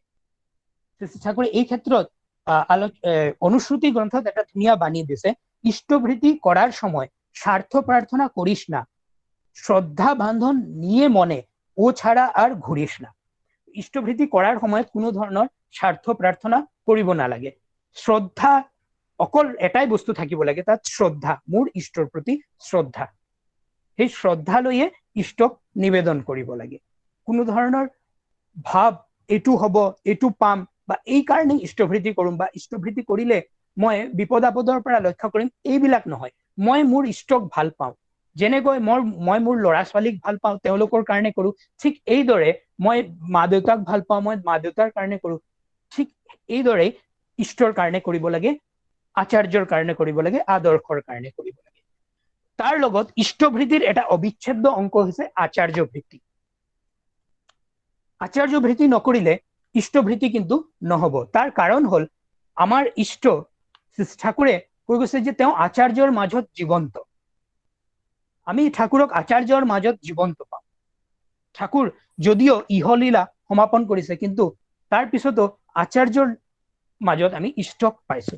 তো আচাৰ্য ভৃতি যদি নকৰো, আচাৰ্য যদি যুক্ত নহওঁ, তেতিয়াহলে কিন্তু আমাৰ ইষ্টভৃতিটো পূৰ্ণ নহয়। ঠাকুৰে এই ক্ষেত্ৰত আলোচনা প্রসঙ্গে একটা জায়গাত কৈছে, আগে গুরুগৃহে থেকে পড়াশোনার সঙ্গে সঙ্গে দৈনন্দিন জীবনে অবশ্য প্রয়োজনীয় রকমারি কাজে ভিতর দিয়ে যে শিক্ষাটা হতো তা খুব পাকা ছিল। যে আচার্যের জন্য ভিক্ষা করা হতো, যাকে আমি বলি ইষ্টভৃতি, ওর মধ্যেই শিখানো কিভাবে মানুষকে তার প্রয়োজন অনুধাবন করে। আগত কি আছিলে, আচাৰ্য গুৰুকুলত থাকি, আচাৰ্য সান্নিধ্যত থাকি ছাত্ৰবিলাকে অধ্যয়ন কৰিছিলে, শিক্ষা অৰ্জন কৰিছিলে, ভিক্ষা কৰি এইটো আচাৰ্যক নিবেদন কৰিছিল। তো আচাৰ্যক নিবেদন কৰি তেওঁলোকৰ সাৰ্থক হয়, গুৰুক দিয়াৰ মাধ্যমে তেওঁলোকৰ সাৰ্থক হয়। তো আচার্য যেহেতু ইষ্ট জানিস পুরুষোত্তমে আসেন ধর্ম প্রতিষ্ঠায়, গুরু জানিস তারই পার্শ্বদ তাকেই বহেন দুনিয়ায়। যে গুরু মানে আচার্য গুরু, ইষ্ট হয়েছে পুরুষোত্তম, আর গুরু মানে বুঝাইছে আচার্য গুরু। আচার্য গুরু ইষ্টক, মোৰ ইষ্টক বহন কৰে। তো সেইকাৰণে আচাৰ্য বৃত্তি কৰিবই লাগে। ইনডাইৰেক্টলি ঠাকুৰৰ বহু কথা কোৱা আছে য'ত এইটোৱে বুঝায় যে আচাৰ্য ভৃতি ইষ্টভৃতিৰ লগ এটা অপৰিহাৰ্য অংগ। তো আচাৰ্য ভৃতি কৰিম কেনেকে বা আচাৰ্য ভৃতিৰ কাৰণে আমাৰ মন্ত্ৰ কি হ'ব ইয়াৰ কাৰণে শ্ৰী শ্ৰী ঠাকুৰে কোনো পাৰ্টিকুলাৰ বিধান দিয়া নাই। আচাৰ্য ভৃতিৰ ক্ষেত্ৰত আমি যিটো আচাৰ্য প্ৰণাম মন্ত্ৰ সেইখিনি নিবেদন কৰিয়ে ইষ্টভৃতি কৰাৰ পিছত আচাৰ্য ভৃতি নিবেদন কৰিব পাৰো। আচাৰ্য ভৃতি কৰিলে আচাৰ্যৰ লগত মোৰ ঠিক যেনেকৈ ইষ্টভৃতিৰ মাধ্যমে ঈশ্বৰৰ লগত যুক্ত বা ঈশ্বৰৰ প্ৰতি প্ৰেম ভালোবাসা বৃদ্ধি পায়, ঠিক তেনেকৈ আচাৰ্য ভৃতিৰ মাধ্যমে আচাৰ্যৰ লগত মোৰ ভালপোৱা প্ৰেম সেইখিনি বৃদ্ধি পায়। তাৰপিছত ইষ্টভৃতিৰ কৰাৰ শেষত শ্ৰী শ্ৰী ঠাকুৰে ধৃতি বিধায়না গ্ৰন্থত এটা কথা কৈছে, বাণী নম্বৰ 15 প্ৰথম খণ্ড ধৃতি বিধায়না, তাত কৈছে তুমি যখন তোমার ইষ্ট বা আচার্যে ইষ্টার্ঘ বা ইষ্টভৃতি নিবেদন করো, সেই নিবেদন সমাপ্তির সঙ্গে সঙ্গে শ্রদ্ধা উচ্চারণী অন্তর্করণে অন্তের আবেগ নিয়ে বলো, হে দেবতা, হে আমার আদর্শ, হে আমার প্রিয় পরম, আমি আমার শ্রদ্ধাকে তোমাতে আহুতি দিতেছি। এই কথাখিনি কোৱাৰ কথা কৈছে। ইহাই অগ্নিহোত্ৰেৰ তাৎপৰ্য। এই যে ইষ্টভৃতি আৰু আচাৰ্যভৃতি যিয়ে কৰো নকৰো কিয় তাৰ শেষত এই কথাখিনি শ্ৰী শ্ৰী ঠাকুৰে কোৱাৰ কথা কৈছে, হে দেৱতা, হে আচাৰ্য, মানে মনত সংকল্প কৰি যে মই মোৰ শ্ৰদ্ধাখিনি আপোনাক অৰ্পণ কৰিছো, আহুতি দিছো। তো পূৰ্ণাংগ এই কথাখিনি আমি ইষ্টভৃতিৰ সংক্ৰান্তত আমি শুনিলো। তাৰপিছত আমি ইষ্টভৃতি ঔষধ কালত কৰা বিষয়ে আমি আলোচনা কৰিম, কিন্তু তাৰ পূৰ্বে পূৰ্ণাংগ ইষ্টভৃতি কৰাৰ ক্ষেত্ৰত শ্ৰী শ্ৰী ঠাকুৰৰ এটা বাণী দিয়া আছে, সেইখিনিৰ আমি আলোচনা কৰি তাৰপিছত সেইটো লৈ যাম। শ্ৰী শ্ৰী ঠাকুৰে অনুশ্ৰুতি গ্ৰন্থৰ এটা বাণী দিয়া আছে, সেইটোৰ অসমীয়া অনুবাদ মই পঢ়ি দিছো। নিত্য কৰ্মেৰ আয়েৰে কৰা ইষ্টভৃতিৰ আহৰণ, জলগ্ৰহণৰ পূৰ্বে তাক ইষ্টত কৰিবা নিবেদন। বাণীটো আৰু লম্বা আছে, মই অকমান কৈ যাম। নিত্য কৰ্মৰ আয়ৰ পৰা ইষ্টভৃতি কৰাৰ কথা কৈছে। সৎ উপায়েৰে উপাৰ্জন কৰি ইষ্টভৃতি নিবেদন কৰাৰ কথা ইয়াত। অন্ন জল গ্ৰহণ কৰাৰ পূৰ্বে যিকোনো কৰ্ম আৰম্ভ কৰাৰ পূৰ্বে ইষ্টক এয়া নিবেদন কৰিব লাগিব। নিতৌ এনেকে নিয়মিত যিমান পাৰা কৰি যোৱা।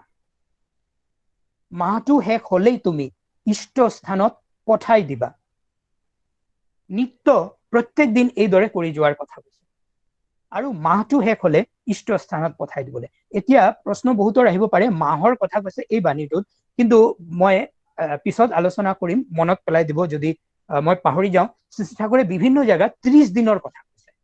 30 দিনৰ দিনেই ইষ্ট অৰ্ঘ্য পঠাব লাগে। শ্ৰী শ্ৰী ঠাকুৰে এটা জায়গাত কৈছে যে 29 দিনে আমি চাই না আর 31 দিনে আমি পাই না। 30 দিনতে ঠাকুরক ইষ্টভৃতি পঠিয়াব লাগিব। তো ঠাকুৰে কৈছে মাহটি শেষ হলেই তাক ইষ্টস্থানত পঠাই দিবা। ইষ্টস্থানত পঠাই দি আৰু দুটা ভোজ্য ৰাখিবা। গুৰু ভাই বা গুৰুজন ব্যক্তি দুজনাকেই সেইটো দিবা। পাৰা প্ৰতিবেশীৰ সেৱাৰ কামত কিন্তু অলপ ৰাখিবা। উপযুক্ত আপদগ্ৰস্তক যিমান পাৰা দিবাই দিবা। এই সকলো আচৰণত ইষ্টভৃতি নিখুঁত হয়, এয়া নকৰিলে কিন্তু ইষ্টভৃতি জানিবা কিন্তু পূৰ্ণ নহয়।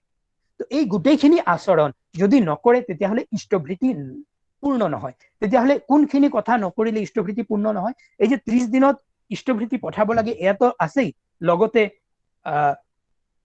ভাতৃভোজ্য ভূতভোজ্য মানে এই দুইজন গুৰু ভাইক দিয়াৰ কথা, পাৰা প্ৰতিবেশীৰ আপদে বিপদে ৰখাৰ কথা, আৰু উপযুক্ত আপদগ্ৰস্ত যিসকলে আহে তেওঁলোকক দিয়াৰ কথা। ভাতৃভোজ্য ভূতভোজ্য ইষ্টভৃতিৰ এটা অবিচ্ছেদ্য অংগ। তাৰ লগতে আছে শ্ৰী শ্ৰী ঠাকুৰে বিভিন্ন সময়ত ইষ্টভৃতিৰ লগত মাতৃভৃত্তি আৰু পিতৃভৃত্তি দিয়াৰ কথা কৈছে। মানে ইষ্টভৃতি আচাৰ্যভৃতি যেনেকৈ কৰো আৰু মাহৰ শেষত ইষ্টভৃতিৰ লগত ভাতৃভোজ্য ভূতভোজ্য যি ধৰণে বেলেগকে ৰখাৰ প্ৰথা আছে, সেইদৰে প্ৰত্যেক দিন পিতৃভৃতি আৰু মাতৃভৃতি মা আৰু দেউতাৰ কাৰণে কৰাৰ যিটো আকুতি বা তেওঁলোকৰ কাৰণে অৰ্ঘ্য নিবেদন কৰাৰ অভ্যাস কৰাৰ কথা কৈছে শ্ৰী শ্ৰী ঠাকুৰে। এইখিনি আমি পাছত পঢ়িম। তো এই গোটেইখিনি আচৰণ কৰাৰ মাজত ইষ্টভৃতি নিখুঁত হয়। আৰু এইখিনি নকৰিলে কিন্তু ইষ্টভৃতি পূৰ্ণ নহয়।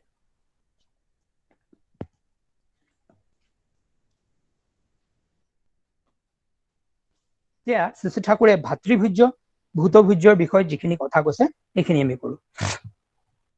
ভাতৃভোজ্য ও ভূতভোজ্য উৎসর্গ করতে হবে ইষ্ট প্রতীকে লক্ষ্য করে সবটাই মিলিয়ে ইন্টিগ্রেটেড সংহত একটা জিনিস। নিজের ভরণ পোষণের কথা ভাবার আগে আমাদের ইষ্ট গুরুজন গুরু ভাষা ভূতগণের ভরণের কথা বাস্তবভাবে যে জন্য যতটা পারি করব।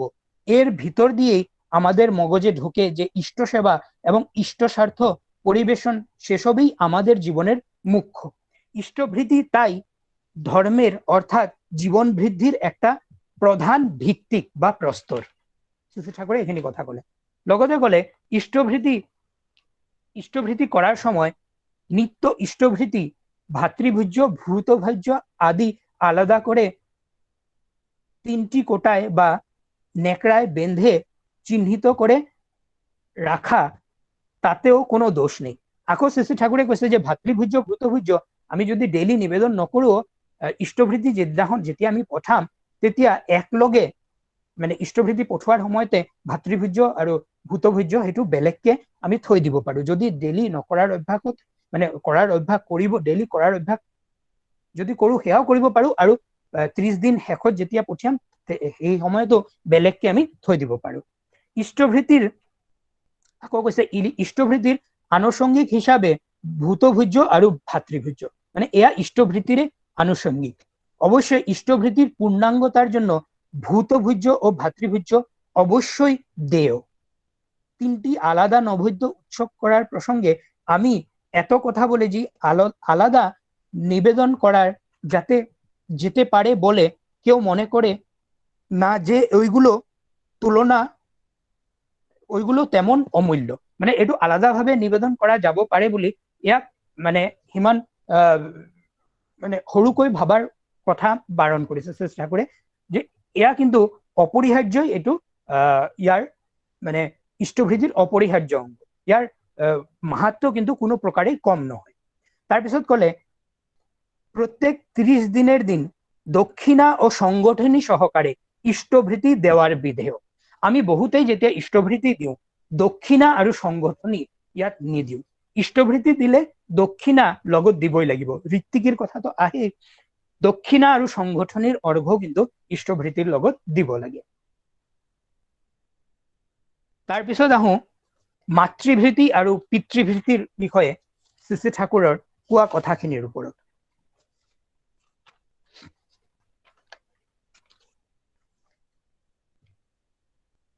শ্রী ঠাকুরে কলে আলোচনা প্রসঙ্গে 2য় খণ্ড পেজ 198 শুধু ইষ্টভৃতি নয় পিতৃমাতৃ ও শিক্ষককেও দেওয়ার অভ্যাস করতে হয়। মার বলা উচিত ছেলে যাতে বাবাকে কিছু দেয় আবার বাবার বলা উচিত ছেলে যাতে মাকে কিছু দেয় আবার উভয়েরই বলা উচিত ইষ্ট বা শিক্ষকে দেওয়ার কথা। তো এই কথাখিনি এই ইষ্টভৃতি ঠাকুৰে মাতৃভৃতি পিতৃভৃতিৰ ভিতৰত যিখিনি কথা কৈছে সেই কথাখিনি আৰু বহু জায়গাত উল্লেখ আছে আলোচনা প্ৰসংগে আৰু বিভিন্ন গ্ৰন্থত। ঠিক সেইদৰে এতিয়া বুজিব পৰা যায় যে মাতৃভৃতি পিতৃভৃতিও ইয়াৰ অপৰিহাৰ্য অংগ। এজন দাদা আহি শ্ৰী বৰদাক ওচৰত আছিলে, বৰদাই সুধিলে তুই মাতৃভৃতি পিতৃভৃতি কৰিছ কিনা? তো তেওঁ শ্ৰী বৰদাক কলে যে এতিয়া আৰু নকৰো, মা দেউতা গত হৈছে। শ্ৰী ঠাকুৰ বৰদাই তেতিয়া কলে যে ঠাকুরও তো এতিয়া শরীরে নাই, আমি ইষ্টভৃতি করু না নাই? হয় করু। তার মানে ঠাকুর চিরজীবন্ত। তো মা দেউতাও তোমার স্মৃতিত্ব আছে, তেওঁৰ কৰাখিনি তো তোমাৰ জীৱনত এতিয়াও আছে, তো তেওঁক মাতৃভৃতি পিতৃভৃতি নিবেদন নকৰিবা কিয়? তেতিয়া দাদাজনে হলে যে এতিয়া মাতৃভৃতি পিতৃভৃতি নিবেদন কৰিলে মই ক'ত পঠিয়াম? শ্ৰী ঠাকুৰে শ্ৰী বৰদাই কলে কিয়? শ্ৰীমন্দিৰত। তেতিয়াহলে মাতৃভৃতি পিতৃভৃতি কৰাৰ পিছত সেই অৰ্ঘ্যখিনি যদি মা দেউতা গত হয় সেইখিনি সময়ত শ্ৰীমন্দিৰত নিবেদন কৰিব পাৰি। আৰু এই কৰাৰ ফলত আমাৰ মা দেউতাৰ প্ৰতি অনুৰাগ বাঢ়ে। আৰু এটা কথা, শ্ৰী ঠাকুৰৰ মাজত কিন্তু আমাৰ পূৰ্বপুৰুষসকলে তেওঁ পুৰুষোত্তম, তেওঁ সৰ্বব্যাপী, তেওঁৰ মাধ্যমতে গোটেইখিনিয়ে জীৱন্ত। এতিয়া আহোঁ ঔষধ অৱস্থাত ইষ্টভৃতি ক্ষেত্ৰত। শ্ৰী বৰদাৰ শ্ৰী ঠাকুৰৰ বিভিন্ন জায়গাত কোৱা আছে ইষ্টভৃতি ঔষধ অৱস্থাত বেলেগক দি পৌৰোহিত্য কৰাই দিব পাৰি। তাৰ মানে যদি কোনোবা গুৰু ভাই হয় তেওঁৰ ঔষধ পৰিছে সেইখিনি সময়ত তেওঁ বেলেগ কাবাক বেলেগ কোনোবা এজন গুৰু ভাইক দি ইষ্টভৃতি নিবেদন কৰাব পাৰে। আৰু যদি ওচৰে পাছৰে গুৰু ভাই নাথাকে তেতিয়া অদীক্ষিত কাবাক দিও ইষ্টভৃতি নিবেদন কৰাব পাৰে। শ্ৰী ঠাকুৰৰ এটা জায়গাত সেইখিনি কথা কোৱা আছে। যেনেকৈ আমি যজ্ঞৰ ক্ষেত্ৰত বা পূজাৰ ক্ষেত্ৰত এজন বাহিৰৰ পৰা পৌৰোহিত আনি পৌৰোহিত্য কৰাই আমাৰ হৈ তেওঁ পূজা দিয়ে। আমিতো মন্ত্ৰ উচ্চাৰণ নকৰো, পৌৰোহিতেহে কৰে, আমাৰ হৈ পূজা দিয়ে। তো ঠিক সেইদৰে ইষ্টভৃতিও সেইধৰণে কৰিব পাৰি। শ্ৰী বৰদাক সোধোতে শ্ৰী বৰদাই এই ক্ষেত্ৰত ক'লে যে শ্ৰী ঠাকুৰে যিখিনি কথা কোৱা আছে সেইখিনিতো আছেই, তাৰ লগতে ইষ্টভৃতি হৈছে ভাৱ ৰাজ্যৰ কথা। তো শ্ৰী বৰদাই ক'লে যে শ্ৰী ঠাকুৰে কৈছে যে সৎ দীক্ষাটো এখনি নে, তাৰ মানে এখনি নে মানে তই এতিয়াই ল। তো সৎ দীক্ষা লোৱাৰ ক্ষেত্ৰত সদগুৰু আবিৰ্ভাৱ হৈছে বা সদগুৰুৰ দীক্ষা লোৱাৰ ক্ষেত্ৰত ঠাকুৰৰ কোৱা আছে যদি মই গম পাওঁ যে সদগুৰুৰ আবিৰ্ভাৱ হৈছে তেতিয়া বিলম্ব নকৰি তেতিয়াই ঈশ্বৰ দীক্ষা ল'ব পাৰি। সেইখিনি সময়ত যদি এনেকুৱা হয় মই নিজৰ আত্মীয় স্বজন বা নিকট ব্যক্তিক মখানলৈ লৈ গৈ আছো, সেইখিনি সময়ৰ কাৰণে মই সেইখিনি কাৰ্য থৈও মই সদদীক্ষা সদগুৰুৰ বা পুৰুষোত্তমৰ সদদীক্ষা গ্ৰহণ কৰিব পাৰো। তাত কোনো ধৰণৰ অপৰাধ নহয়। তো যেতিয়া দীক্ষা ল'ম তেতিয়াতো ইষ্টভৃতি কৰিমেই কৰিম। তাৰ মানে দেখা যায় যে যদি ভাৱ মোৰ যিটো ভাৱ মনত যদি কিন্তু ভাৱ নাই তেতিয়াহ'লে সেইখিনি সময়তো ঔষধ অৱস্থাতো মই ইষ্টভৃতি নিবেদন কৰিব পাৰো। শ্ৰী বৰদাই এইখিনি কথা ইষ্ট প্ৰসংগ 4ৰ্থ খণ্ড পৃষ্ঠা 127ত উল্লেখ কৰিছে। কৈছে যে ঔষধ অৱস্থায় দীক্ষা দিয়াৰ ক্ষেত্ৰতো মানা কৰিছে, কিন্তু ইষ্টভৃতিৰ ক্ষেত্ৰত যদি মনত কিন্তু ভাৱ নাথাকে, যদি মই ফিল কৰো যে মই ইষ্টভৃতি নিবেদন কৰিম, মোৰ ইষ্টক নিবেদন কৰিম, বেলেগে নিবেদন কৰিলে মোৰ সেই অনুভূতি নাহিব, তেতিয়াহ'লে মই মোৰ ইষ্টক ইষ্টভৃতি নিবেদন কৰিবই পাৰো। তাত কোনো ধৰণৰ অসুবিধা নাই। মোৰ ভাৱৰ ওপৰত কথা, ইষ্টভৃতি ভাৱ ৰাজ্যৰ কথা গোটেইখিনি। কিন্তু এই ক্ষেত্ৰত এটা কথা আছে যে মাসকলৰ যেতিয়া চুব নোৱাৰা অৱস্থা হয় সেইখিনি সময়ত তেওঁলোকে ইষ্টভৃতিটো ঘৰৰ যিকোনো অন্য সদস্যৰ দ্বাৰা নিবেদন কৰাব পাৰে। তো মোৰ আলোচনাখিনিত মই চাগে গোটেইখিনি পইণ্ট টাচ কৰিছো অলৰেডি। আমি ইষ্টভৃতি 30 দিনে পঠাব লাগে এইখিনিও ক'লো, পিতৃভৃতি মাতৃভৃতি আচাৰ্যভৃতিৰ কথাও ক'লো, আৰু শত অনুজ্ঞাৰ কথাও আমি আলোচনা কৰিলো, ঔষধ কালত ইষ্টভৃতিৰ কথাও ক'লো। তো মোটামুটি মই গোটেইখিনি টপিক কভাৰ কৰিছো। দাদা হেল্ল',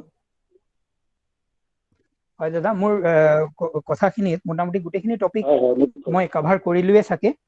আৰু যদি কিবা থাকে দাদা হ'ল আমাৰ মানে যিটো কাৰ্যসূচী আমি এটা প্ৰশ্নোত্তৰ শিতান বুলি এটা কাৰ্যসূচী ৰখা হৈছে। মই আপোনালোকক অনুৰোধ জনাম যে যদি কোনোবাই বুজা নাই এই কথাখিনিৰ ভিতৰত যদি কিবা বুজিবলগীয়া বাকী আছে তেতিয়াহ'লে আমি 10 মিনিট সময়, কোনোবাই যদি কিবা বুজা নাই তেওঁ তেতিয়া সুধিব পাৰে।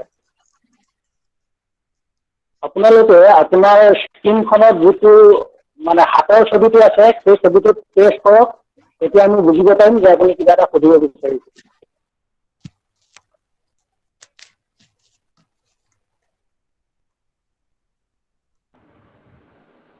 হেল্ল' দাদা। বিষ্ণু দা। হয় দাদা। হেল্ল' বিষ্ণু দা। হেল্ল'। বিষ্ণু দা, মই শুনি আছো, কৈ দাদা। হয় নিশ্চয় মই শুনি আছো। এই হেৰি অকমান আৰু বঢ়াই দিব নেকি টাইমটো? প্ৰশ্ন উত্তৰ সিদ্ধান্ত আছেই বাৰু, আৰু অকমান শুনাৰ ইচ্ছা হৈছে। হেল্ল'। ঠিক আছে। মই অলৰেডি গোটেইখিনি টপিক কভাৰ কৰিলোৱে। যদি কিবা থাকে এইখিনি এই কথাখিনিৰ ভিতৰত সুধিব লগা তো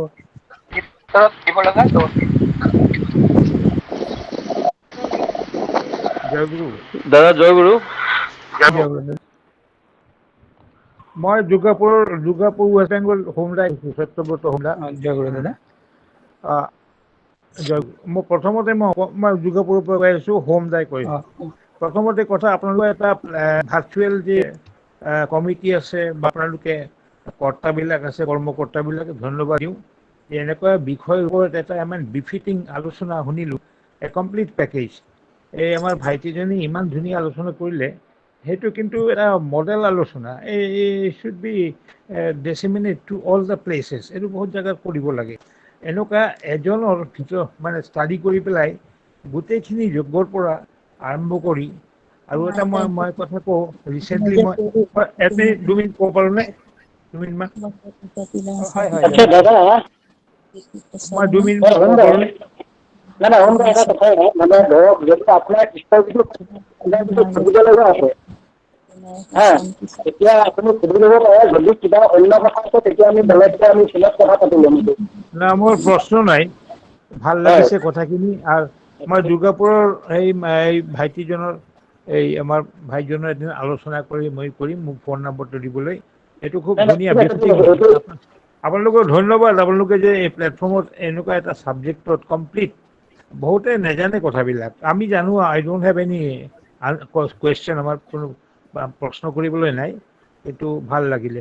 আৰু এটা মই এড কৰোঁ যে ইষ্ট্ৰভিটিৰ লগত কিন্তু ভাইব্ৰেশ্যনৰ সম্পৰ্ক এটা ৰিচেণ্টলি ৰিচাৰ্চ পেপাৰ ওলাইছে, ডেভিড হকিন। ইষ্ট্ৰভিটি এই আনুষংগিকবিলাক কৰি থাকিলে আমাৰ ভাইব্ৰেশ্যন লেভেলটো বহুত বেছি থাকে, 100 থাকে। আৰু COVID-20 তলত হ'লে মানুহ মাৰি পেলায়।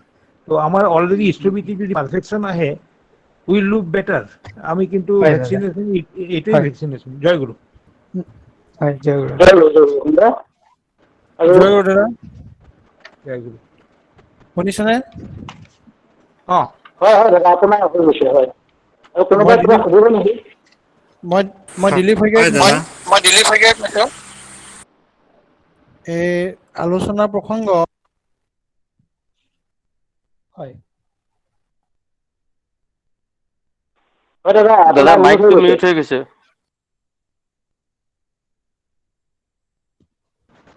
অঁ, কওক। আলোচনা প্ৰসংগ ৪ৰ্থ খণ্ড ১২৭ নম্বৰ পেজৰ কথা এটা কৈছিলে আপুনি অলপ আগতে। হয় হয় তাতে তাতে কি উল্লেখ কৰাৰ কথা কৈছিলে আপুনি দাদা, অকণমান কৈ দিব নেকি? ৰ'ব, মই এবাৰ বিচাৰিব লাগিব।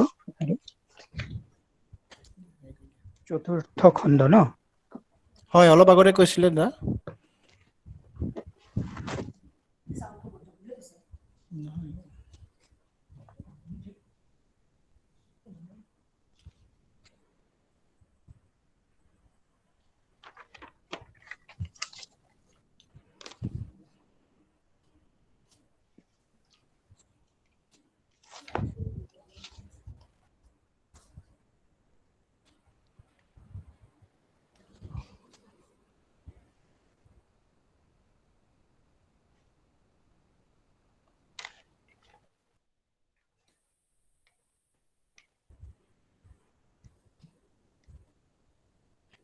মই 1 মিনিট লৈছোঁ, মই এই খণ্ডটো ওলাই লওঁ। ঠিক আছে দাদা, ঠিক আছে দাদা।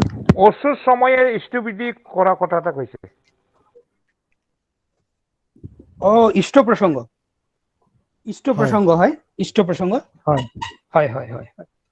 তো ইষ্ট প্ৰসংগত শ্ৰী বৰদাই ক'লে যে শ্ৰী ঠাকুৰে যিহেতু কৈছে যে সৎ দীক্ষাটোই এখনি নে, ঠিক আছে। তো ঠিক আছে। মই গোটেইখিনি পঢ়ি দিয়া নাই, মই কথাখিনি কৈছো আপোনাৰ পেজ নাম্বাৰ 127 পৰা। তো শ্ৰী বৰদাই ক'লে যে সৎ দীক্ষা যদি এতিয়াই ল'ব লাগে, তেতিয়াহ'লেতো তাৰ কোনো সময় নাই। তাৰমানে যিকোনো সময়ত, যিকোনো পৰিস্থিতিত আমি ল'ব পাৰো।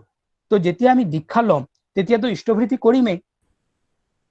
তো তাৰ মানে দেখা যায় যে মনত যদি কিন্তু ভাৱ নাথাকে, হ্যাঁ, পিতৃদেৱে ক'লে ইষ্টভৃতি হলো মনের ব্যাপার। ঠিক আছে, মই কথাখিনি পড়ি দিছো। যার মনে কোনো কিন্তু নেই, সে তো নিজেই ইষ্টভৃতি করেই। ঠিক আছে, সে তো নিজ হাতেই ইষ্টভৃতি করে।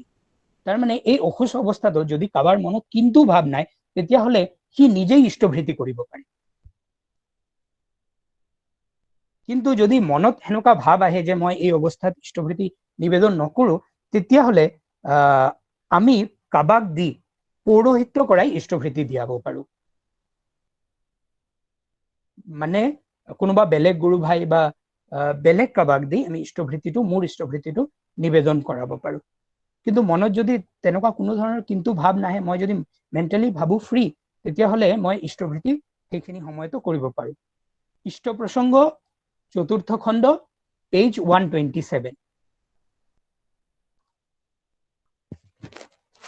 দাদা মোৰ এটা কোৱেশ্চন আছিলে হয় দাদা আচ্ছা দাদা আপুনি যে ক'লে যেনেকৈ ইষ্টভৃতি হ'ল প্ৰগ্ৰেছিভ হ'ব লাগে সাপোজ কোনোবাই যদি ধৰি লওক সাপোজ 2 টকা কৰি মানে ইষ্টভৃতি কৰি আছে তো তেখেতৰ মন গ'ল যেনেকৈ যেতিয়া তেতিয়া মানে বঢ়াই দিব পাৰে নি যে মই তেওঁ যেতিয়া আৰম্ভ কৰিব বিচাৰে কৰিব পাৰে তাৰ কোনো ধৰা বন্ধা নিয়ম নাই যে এতিয়াৰ পৰা এইখিনি সময়ৰ পৰা কৰিব লাগিব বা কিবা তেওঁ যদি এই মাহৰ পৰা ভাবে যে মই এই মাহৰ পৰা মই ইষ্টভৃতি বঢ়াই কৰিম তো কৰিব পাৰে শ্ৰী ঠাকুৰে এটা জায়গাত 5 টকা যুগৰ ঘৰ কথা কৈছিলে তো সেইখিনি সময়তে তো সেই তুলনাত তো আমি বহুতে আজিৰ দিনতো 5 টকাকে নকৰো বহুত জায়গাত বহুতেই নকৰো সাধাৰণ দেখা যায় আমি সাধাৰণ যিবিলাক আনুষংগিক খাওঁ বহুতৰে আমাৰ হয়তো অভ্যাস আছে ডেইলি কিবা এটা খোৱাৰ কাবাৰ কিবা বস্তু এটা ডেইলি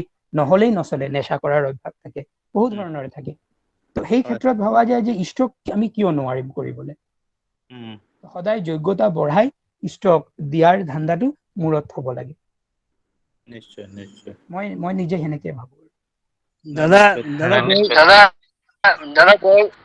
হেল্ল' দাদা জয় গুৰু দাদা মোৰ এটা হেল্ল' দাদা হয় সোধক বিষ্ণুদা আপুনি নামকেইটা কৈ দিয়ক এজন এজন ৰেজ হেণ্ড কেইটা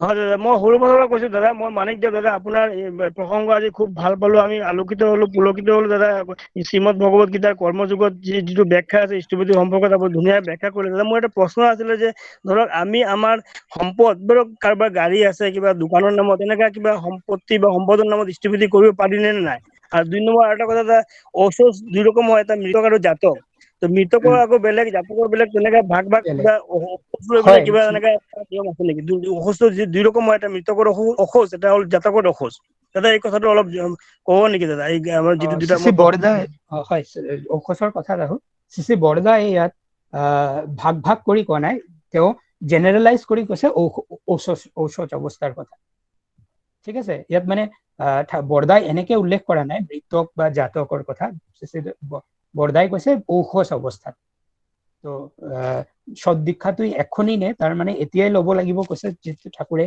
তো এতিয়াই ল'ম মানে যিকোনো পৰিস্থিতিত যদি ঔষধও আছে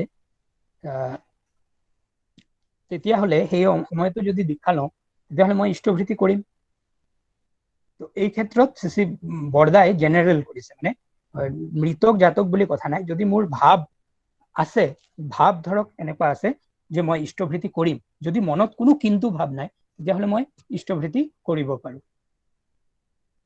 ঠিক আছে আৰু যদি ভাৱ আছে তেতিয়াহ'লে মই বেলেগ কাবাক দি ইষ্টভৃতি নিবেদন কৰাব আৰু বস্তু বাহিনীৰ ক্ষেত্ৰত সেই ক্ষেত্ৰতো মই বহুতকে চাইছো ইষ্টভৃতি কৰে আৰু মোৰো কৰাৰ অভ্যাস আছিলে কিন্তু সেইখিনিতো হয়ে কিন্তু এই যে গাড়ী ধৰক গাড়ীটো কোনে চলাব গাড়ীটো মইহে চলাম তো মোৰ যদি ইষ্টত যুক্ততা থাকে মোৰ যদি সেই ধৰণে ইষ্টত যুক্ত হৈ থাকো বা মোৰ যদি ইষ্টৰ প্ৰতি কৰাৰ আকুতি আগ্ৰহ সেই ধৰণে থাকে তো সেইটোৱে মূল কথা গাড়ীটোতকৈ মোৰ মানুহটোৰ ওপৰত মূল কথা যিজন চালক বা যিসকলে সেইটোক ৰক্ষণাবেক্ষণ কৰে সম্পদেই হওক বা গাড়ীয়ে হওক তেওঁ ইষ্টত যুক্ত হৈ থকাটো মুখ্য কথা বাকি আনুষংগিক হিচাপে আমি বিভিন্ন বস্তুৰ ইষ্টভৃতি কৰাৰ বহুতেই কৰে ইয়াৰ বিধান কি মই এতিয়াও পোৱা নাই বা কতো ঠাকুৰৰ শুনা পঢ়া নাই এতিয়ালৈ যদি কেতিয়াবা পাওঁ মই ঠিক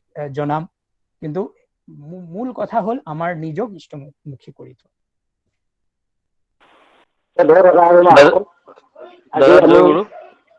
জয় গুৰু মোৰ এটা প্ৰশ্ন আছিলে দাদা সুধিব পাৰো নে বিষ্ণুদে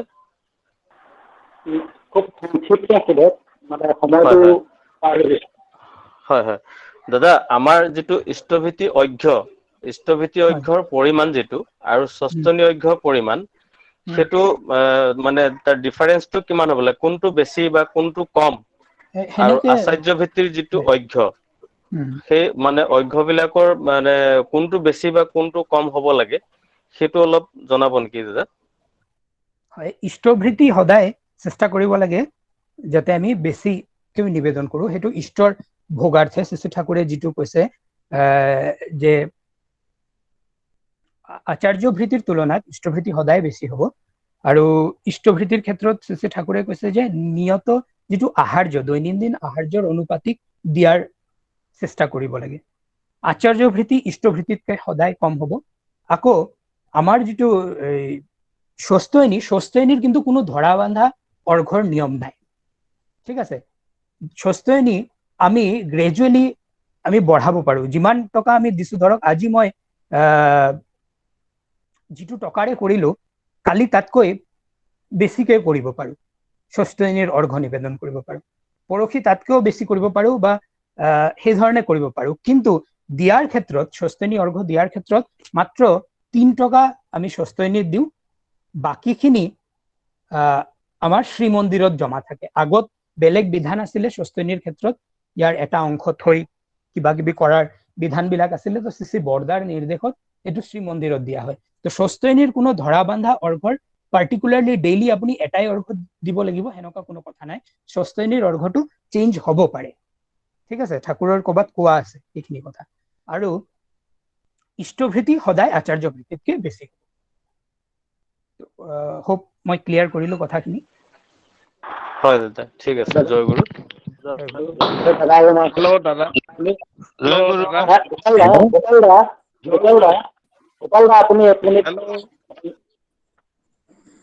হেল্ল' দাদা, জয় গুৰু, শুনিছেনে? দাদা আৰু মাসকল, আপোনালোকে মানে হেৰি নকৰিব, এটা সময় আছে। মই এটা নিৰ্দিষ্ট সময় দিছিলোঁ 10 মিনিট, কিন্তু আমি এতিয়া 14 মিনিট অতিক্ৰম কৰিছোঁ। আৰু এতিয়া কথা হ'ল, আমি প্ৰশ্নোত্তৰ শিতানটো ইমানতে আমি সমাপ্ত কৰিছোঁ। আৰু যদি কিবা সুধিবলগীয়া আছে, এতিয়া আমাৰ যিখন কাৰ্যসূচীত 2টা নম্বৰ দিয়া আছে, এই 2টা নম্বৰ হোৱাটছআপ নম্বৰ হয়। আপোনালোকে তাত মেছেজো কৰিব পাৰে বা ফোন কৰিলেও আমি আপোনালোকক উপযুক্ত যিটো উত্তৰ, সেই উত্তৰটো দিব চেষ্টা কৰিম। আৰু সেয়েহে আজি প্ৰশ্নোত্তৰ শিতানটো আমি ইমানতে সমাপ্তি ঘোষণা কৰিছোঁ। আৰু আজি আমাৰ শ্ৰদ্ধেয় সাগৰ দায়ে যিখিনি আলোচনা কৰিলে, আমি ইষ্টভৃতি কিয় কৰিব লাগিব, কিমান কৰিব লাগিব, কোন সময়ত কৰিব লাগিব, কৰিলে কি হ'ব, আচাৰ্য ভৃতি কৰিলে কি হ'ব, পিতৃভৃতি মাতৃভৃতি, গোটেই বস্তুখিনি আমাক খুব সুন্দৰভাৱে বুজাই দিলে। মই অনুভৱ কৰিছোঁ তাত আৰু কোনো প্ৰশ্ন থাকিবলগীয়া জাগাই নাই। এতিয়া কথা হ'ল, আমি এটা ব্যৱস্থা ৰাখিছোঁ যে আজিৰ যিটো আলোচনা, এই আলোচনাটো সম্পূৰ্ণ ৰেকৰ্ড হৈ আছে।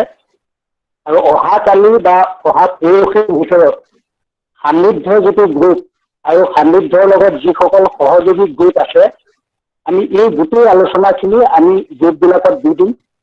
আপোনালোকে আজি যিসকলে উপস্থিত আছে, আপোনালোকে এই আলোচনাখিনি আকৌ শুনিব পাৰিব। আৰু আপোনালোকৰ যিসকল নিকটৱৰ্তী যিসকল মানে দাদা আৰু মা আছে, সকলোকে শুনাব, যাতে কি নিয়ম নীতি আমি যাতে সকলোৱে জানো, এই জনাটো আমাৰ দৰকাৰ আৰু আমাৰ জনোৱাৰো দৰকাৰ। সেয়েহে সাগৰদাক মই মানে ধন্যবাদ জনাইছোঁ, মানে আমাৰ সান্নিধ্য গ্ৰুপৰ পৰা। তেখেতে ইমান সময় দি যে আমাক ইমানখিনি কথা আমাক জনালে, পৰম পিতাৰ আতুল চৰণত তেখেতৰ মংগল প্ৰাৰ্থনা কৰিছোঁ। সাগৰদাৰ পৰিয়ালটোও খুব ভাল, তেখেতো খুব ভাল, মোৰ লগত বহুত সম্পৰ্ক আছে। তেখেতৰ ঘৰত মই কেইবাবাৰো যোৱাৰ সুযোগ হৈছে, তেখেতে মোক ৰান্ধিও খুৱাইছে, এটা ভাল সম্পৰ্ক। মই মানে সাগৰদাক ধন্যবাদ জনাইছোঁ। আৰু এই কথাখিনি কৈ থাকোঁতে সাগৰদাৰ লগত মোৰ কিছুমান স্মৃতি মনত পৰিছে, সেয়েহে আপোনালোকক ক'লোঁ। আৰু মই বিশেষ সময় নলয় আজি সৎসংগত উপস্থিত থাকি আপোনালোকে প্ৰত্যক্ষ আৰু পৰোক্ষভাৱে যেনেধৰণে সহযোগিতা আগবঢ়ালে অতি প্ৰত্যেকৰে হাৰ্দিক মংগল প্ৰাৰ্থনা কৰিছোঁ পৰম পিতাৰ ৰাতুল চৰণত। আৰু মই পৰৱৰ্তী কাৰ্যসূচীত আগবাঢ়িব বিচাৰিম। আমাৰ পৰৱৰ্তী কাৰ্যসূচী আছে যে জয়ৰাধে কীৰ্তন। জয়ৰাধে কীৰ্তন পৰিৱেশন কৰিব শিলচৰৰ পৰা শ্ৰীযুত দেৱেশ দাস দা, আৰু তাৰ লগে লগে ধনী আৰু সমাপ্তি ঘোষণা কৰিব হাফলঙৰ পৰা শ্ৰীযুত সমৰ্থ পৰ্বচা দা, তেখেত শ্ৰী শ্ৰী ঠাকুৰৰ যাদৱ কৰ্মী। মই দুয়োকে অনুৰোধ জনাম যাতে জয়ৰ হৈ পিছতে ধনীৰ সমাপ্তিৰে আজি সৎসংগ সমাপ্তি ঘোষণা কৰে। জয় গুৰু দেৱেশ দা, আপুনি লাইনত আছে? জয় গুৰু। আৰম্ভ কৰক। জয় গুৰু। জয় রাধে রাধে কৃষ্ণ কৃষ্ণ গোবিন্দ গোবিন্দ বলরে। জয় রাধে রাধে কৃষ্ণ কৃষ্ণ গোবিন্দ গোবিন্দ বলরে। রাধে গোবিন্দ গোবিন্দ গোবিন্দ গোবিন্দ গোবিন্দ বলে সদা ডাকরে। জয় রাধে রাধে কৃষ্ণ কৃষ্ণ গোবিন্দ গোবিন্দ বলরে। ছাড়ো রে মন কপট চাতুরে বদনে বল হরে হরে। হরিনাম পরম ব্রহ্ম জীবের মূল ধর্ম অধর্ম কুকর্ম ছাড়ো রে। জয় রাধে রাধে কৃষ্ণ কৃষ্ণ গোবিন্দ গোবিন্দ বল রে। ছাড়ো রে মন ভবের আশা অজপা নামে করো রে নেশা। রাধে গোবিন্দ নামটি বদনে লয় নয়ন নীরে শোধা ভাসরে। জয় রাধে রাধে কৃষ্ণ কৃষ্ণ গোবিন্দ গোবিন্দ বলরে। রাধে গোবিন্দ গোবিন্দ গোবিন্দ গোবিন্দ গোবিন্দ বলে সদা ডাকরে। জয় রাধে রাধে কৃষ্ণ কৃষ্ণ গোবিন্দ গোবিন্দ বলরে। ছাড়ো রে মন কপট চাতুরে বদনে বল হরি হরি। হরি বল হরি বল হরি বল হরি বল। হরি বল হরি বল হরি বল হরি বল। হরি বল হরি বল হরি বল হরি বল। হরি বল হরি বল হরি বল হরি বল। হরি নাম পরম ব্রহ্ম জীবের মূল ধর্ম অধর্ম কুকর্ম ছাড়ো রে। জয় রাধে রাধে কৃষ্ণ কৃষ্ণ গোবিন্দ গোবিন্দ বলরে। ছাড়ো রে মন ভবের আশা অজপা নামে করো রে নেশা। রাধা বল রাধা বল রাধা বল রাধা বল। রাধা বল রাধা বল রাধা বল রাধা বল। রাধা বল রাধা বল রাধা বল রাধা বল। রাধা বল রাধা বল রাধা বল রাধা বল। রাধে গোবিন্দ নামটি বদনে নয় নয়ন নীরে শোধা ভাসরে। জয় রাধে রাধে কৃষ্ণ কৃষ্ণ গোবিন্দ গোবিন্দ বলরে। রাধে গোবিন্দ গোবিন্দ গোবিন্দ গোবিন্দ গোবিন্দ বলে সদা ডাকরে। জয় রাধে রাধে কৃষ্ণ কৃষ্ণ গোবিন্দ গোবিন্দ বলরে। জয় রাধে রাধে কৃষ্ণ কৃষ্ণ গোবিন্দ গোবিন্দ বলরে।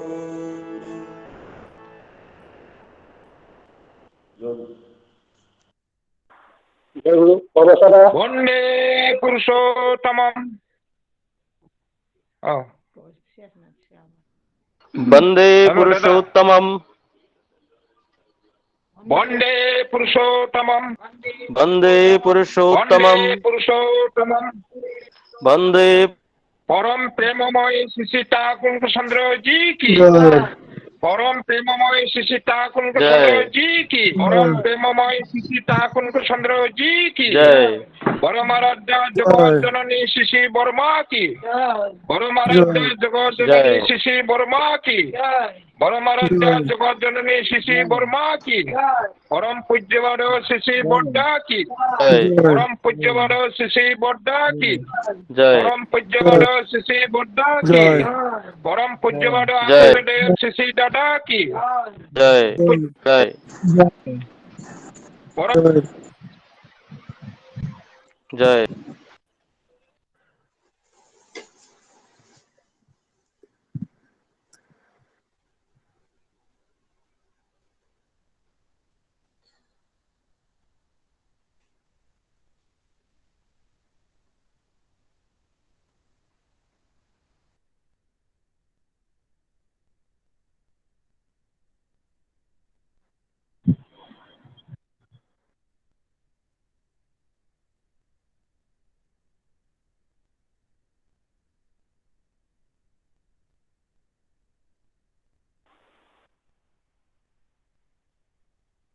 হেল্ল'। হেল্ল' দাদা। জয় গুৰু। জয় গুৰু জয় গুৰু। দাদা জয়গুৰু। বিষ্ণুদা জয়গুৰু। আধা মিনিট সকলোকে জয় গুৰু। জয় গুৰু সকলোকে জয় গুৰু। সকলোকে জয় গুৰু দাদা। জয় গুৰু জয় গুৰু। জয় গুৰু দাদা মাহত। জয় গুৰু দাদা জয় গুৰু সকলোকে জয় গুৰু। দাদা মা জয় গুৰু। বিষ্ণুদা জয় গুৰু। জয় গুৰু বিষ্ণুদা জয় গুৰু। জয় গুৰু।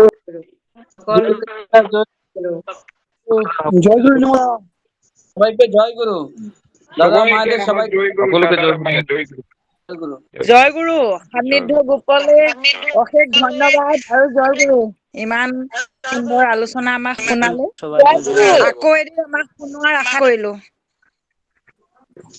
জয় আকৌ গুৰু। এদিন শুনোৱাৰ আশা কৰিলো। নিশ্চয় নিশ্চয় আমি চেষ্টা কৰিম। আমাৰ সান্নিধ্য মণ্ডলে দাদা দিন আনিব বুলি আশা কৰিলো। জয় গুৰু। জয় গুৰু। জয় গুৰু দাদা জয় গুৰু। জয় গুৰু জয় গুৰু। জয় গুৰু। জয় গুৰু জয় গুৰু। সাগৰদা জয় গুৰু। জয় গুৰু জয় আমাৰ গুৰু। এইটো আজিৰ সৎসংগটো এইটো ৰেকৰ্ডিং হৈছে আৰু এইটো ইউটিউব চেনেলটো দিয়া হ'ব। এইটো সোনকালে দি দিলে ভাল হ'ব, চবেই পাম তেতিয়া। ঠিক আছে। হয় হয় এইটো দিয়া হ'ব। আৰু কাইলৈ বা পৰহিৰ ভিতৰত এইটো দিয়া হ'ব। হয় আৰু হয় গ্ৰুপটো দিব গ্ৰুপতো। গ্ৰুপত দি দিম হয়। দিব আমাক। হয়। হয় হয় গ্ৰুপত দিম হয় হয়। বিষ্ণুদা জয় জয় গুৰু জয় গুৰু। জয় গুৰু জয় গুৰু মা ভালে আছে? খুব ভাল লাগিছে দেই অনুষ্ঠান। হয় হয় হয় জয় গুৰু জয় গুৰু দা। ঠিক আছে বিষ্ণুদা জয় গুৰু। জয় গুৰু জয় জয় গুৰু গুৰু। জয় গুৰু। মংগলদা জয় গুৰু। জয় গুৰু অযোধ্যা। জয় গুৰু জয় গুৰু। জয় গুৰু জয় গুৰু। জয় গুৰু জয় গুৰু জয় গুৰু। হেমল দা জয় গুৰু। বিষ্ণুদা জয় গুৰু দীপক দা। অমৰ দা জয় গুৰু। দাদা জয় গুৰু। জয় গুৰু জয় গুৰু। ব্ৰহ্ম দা জয় গুৰু। নাই ৰে ঘোঁৰাঘাট। ব্ৰহ্ম দা। মই ভাবিলো কাকনো জয় গুৰু দিম, শেষত যিকেইজন আছে লাষ্টত থকাখিনিকে বিষ্ণুকে আৰম্ভ কৰি আৰু আজিৰ ইষ্ট আলোচনা কৰা সাগৰ সোণা দাস আৰু লগতে আমাৰ নিৰ্মল বাৰ জয় গুৰু জনাইছো। শুভৰাত্ৰি জয় গুৰু। জয় গুৰু জয় গুৰু। বিষ্ণুদা হেল্ল' বিষ্ণুদা জয় গুৰু। জয় গুৰু জয় গুৰু জয় গুৰু। আজি ইষ্ট প্ৰসংগ বহুত বঢ়িয়া লাগিলে, ভাল লাগিলে। হয় হয়। দাদা জয় গুৰু। জয় গুৰু জয় গুৰু।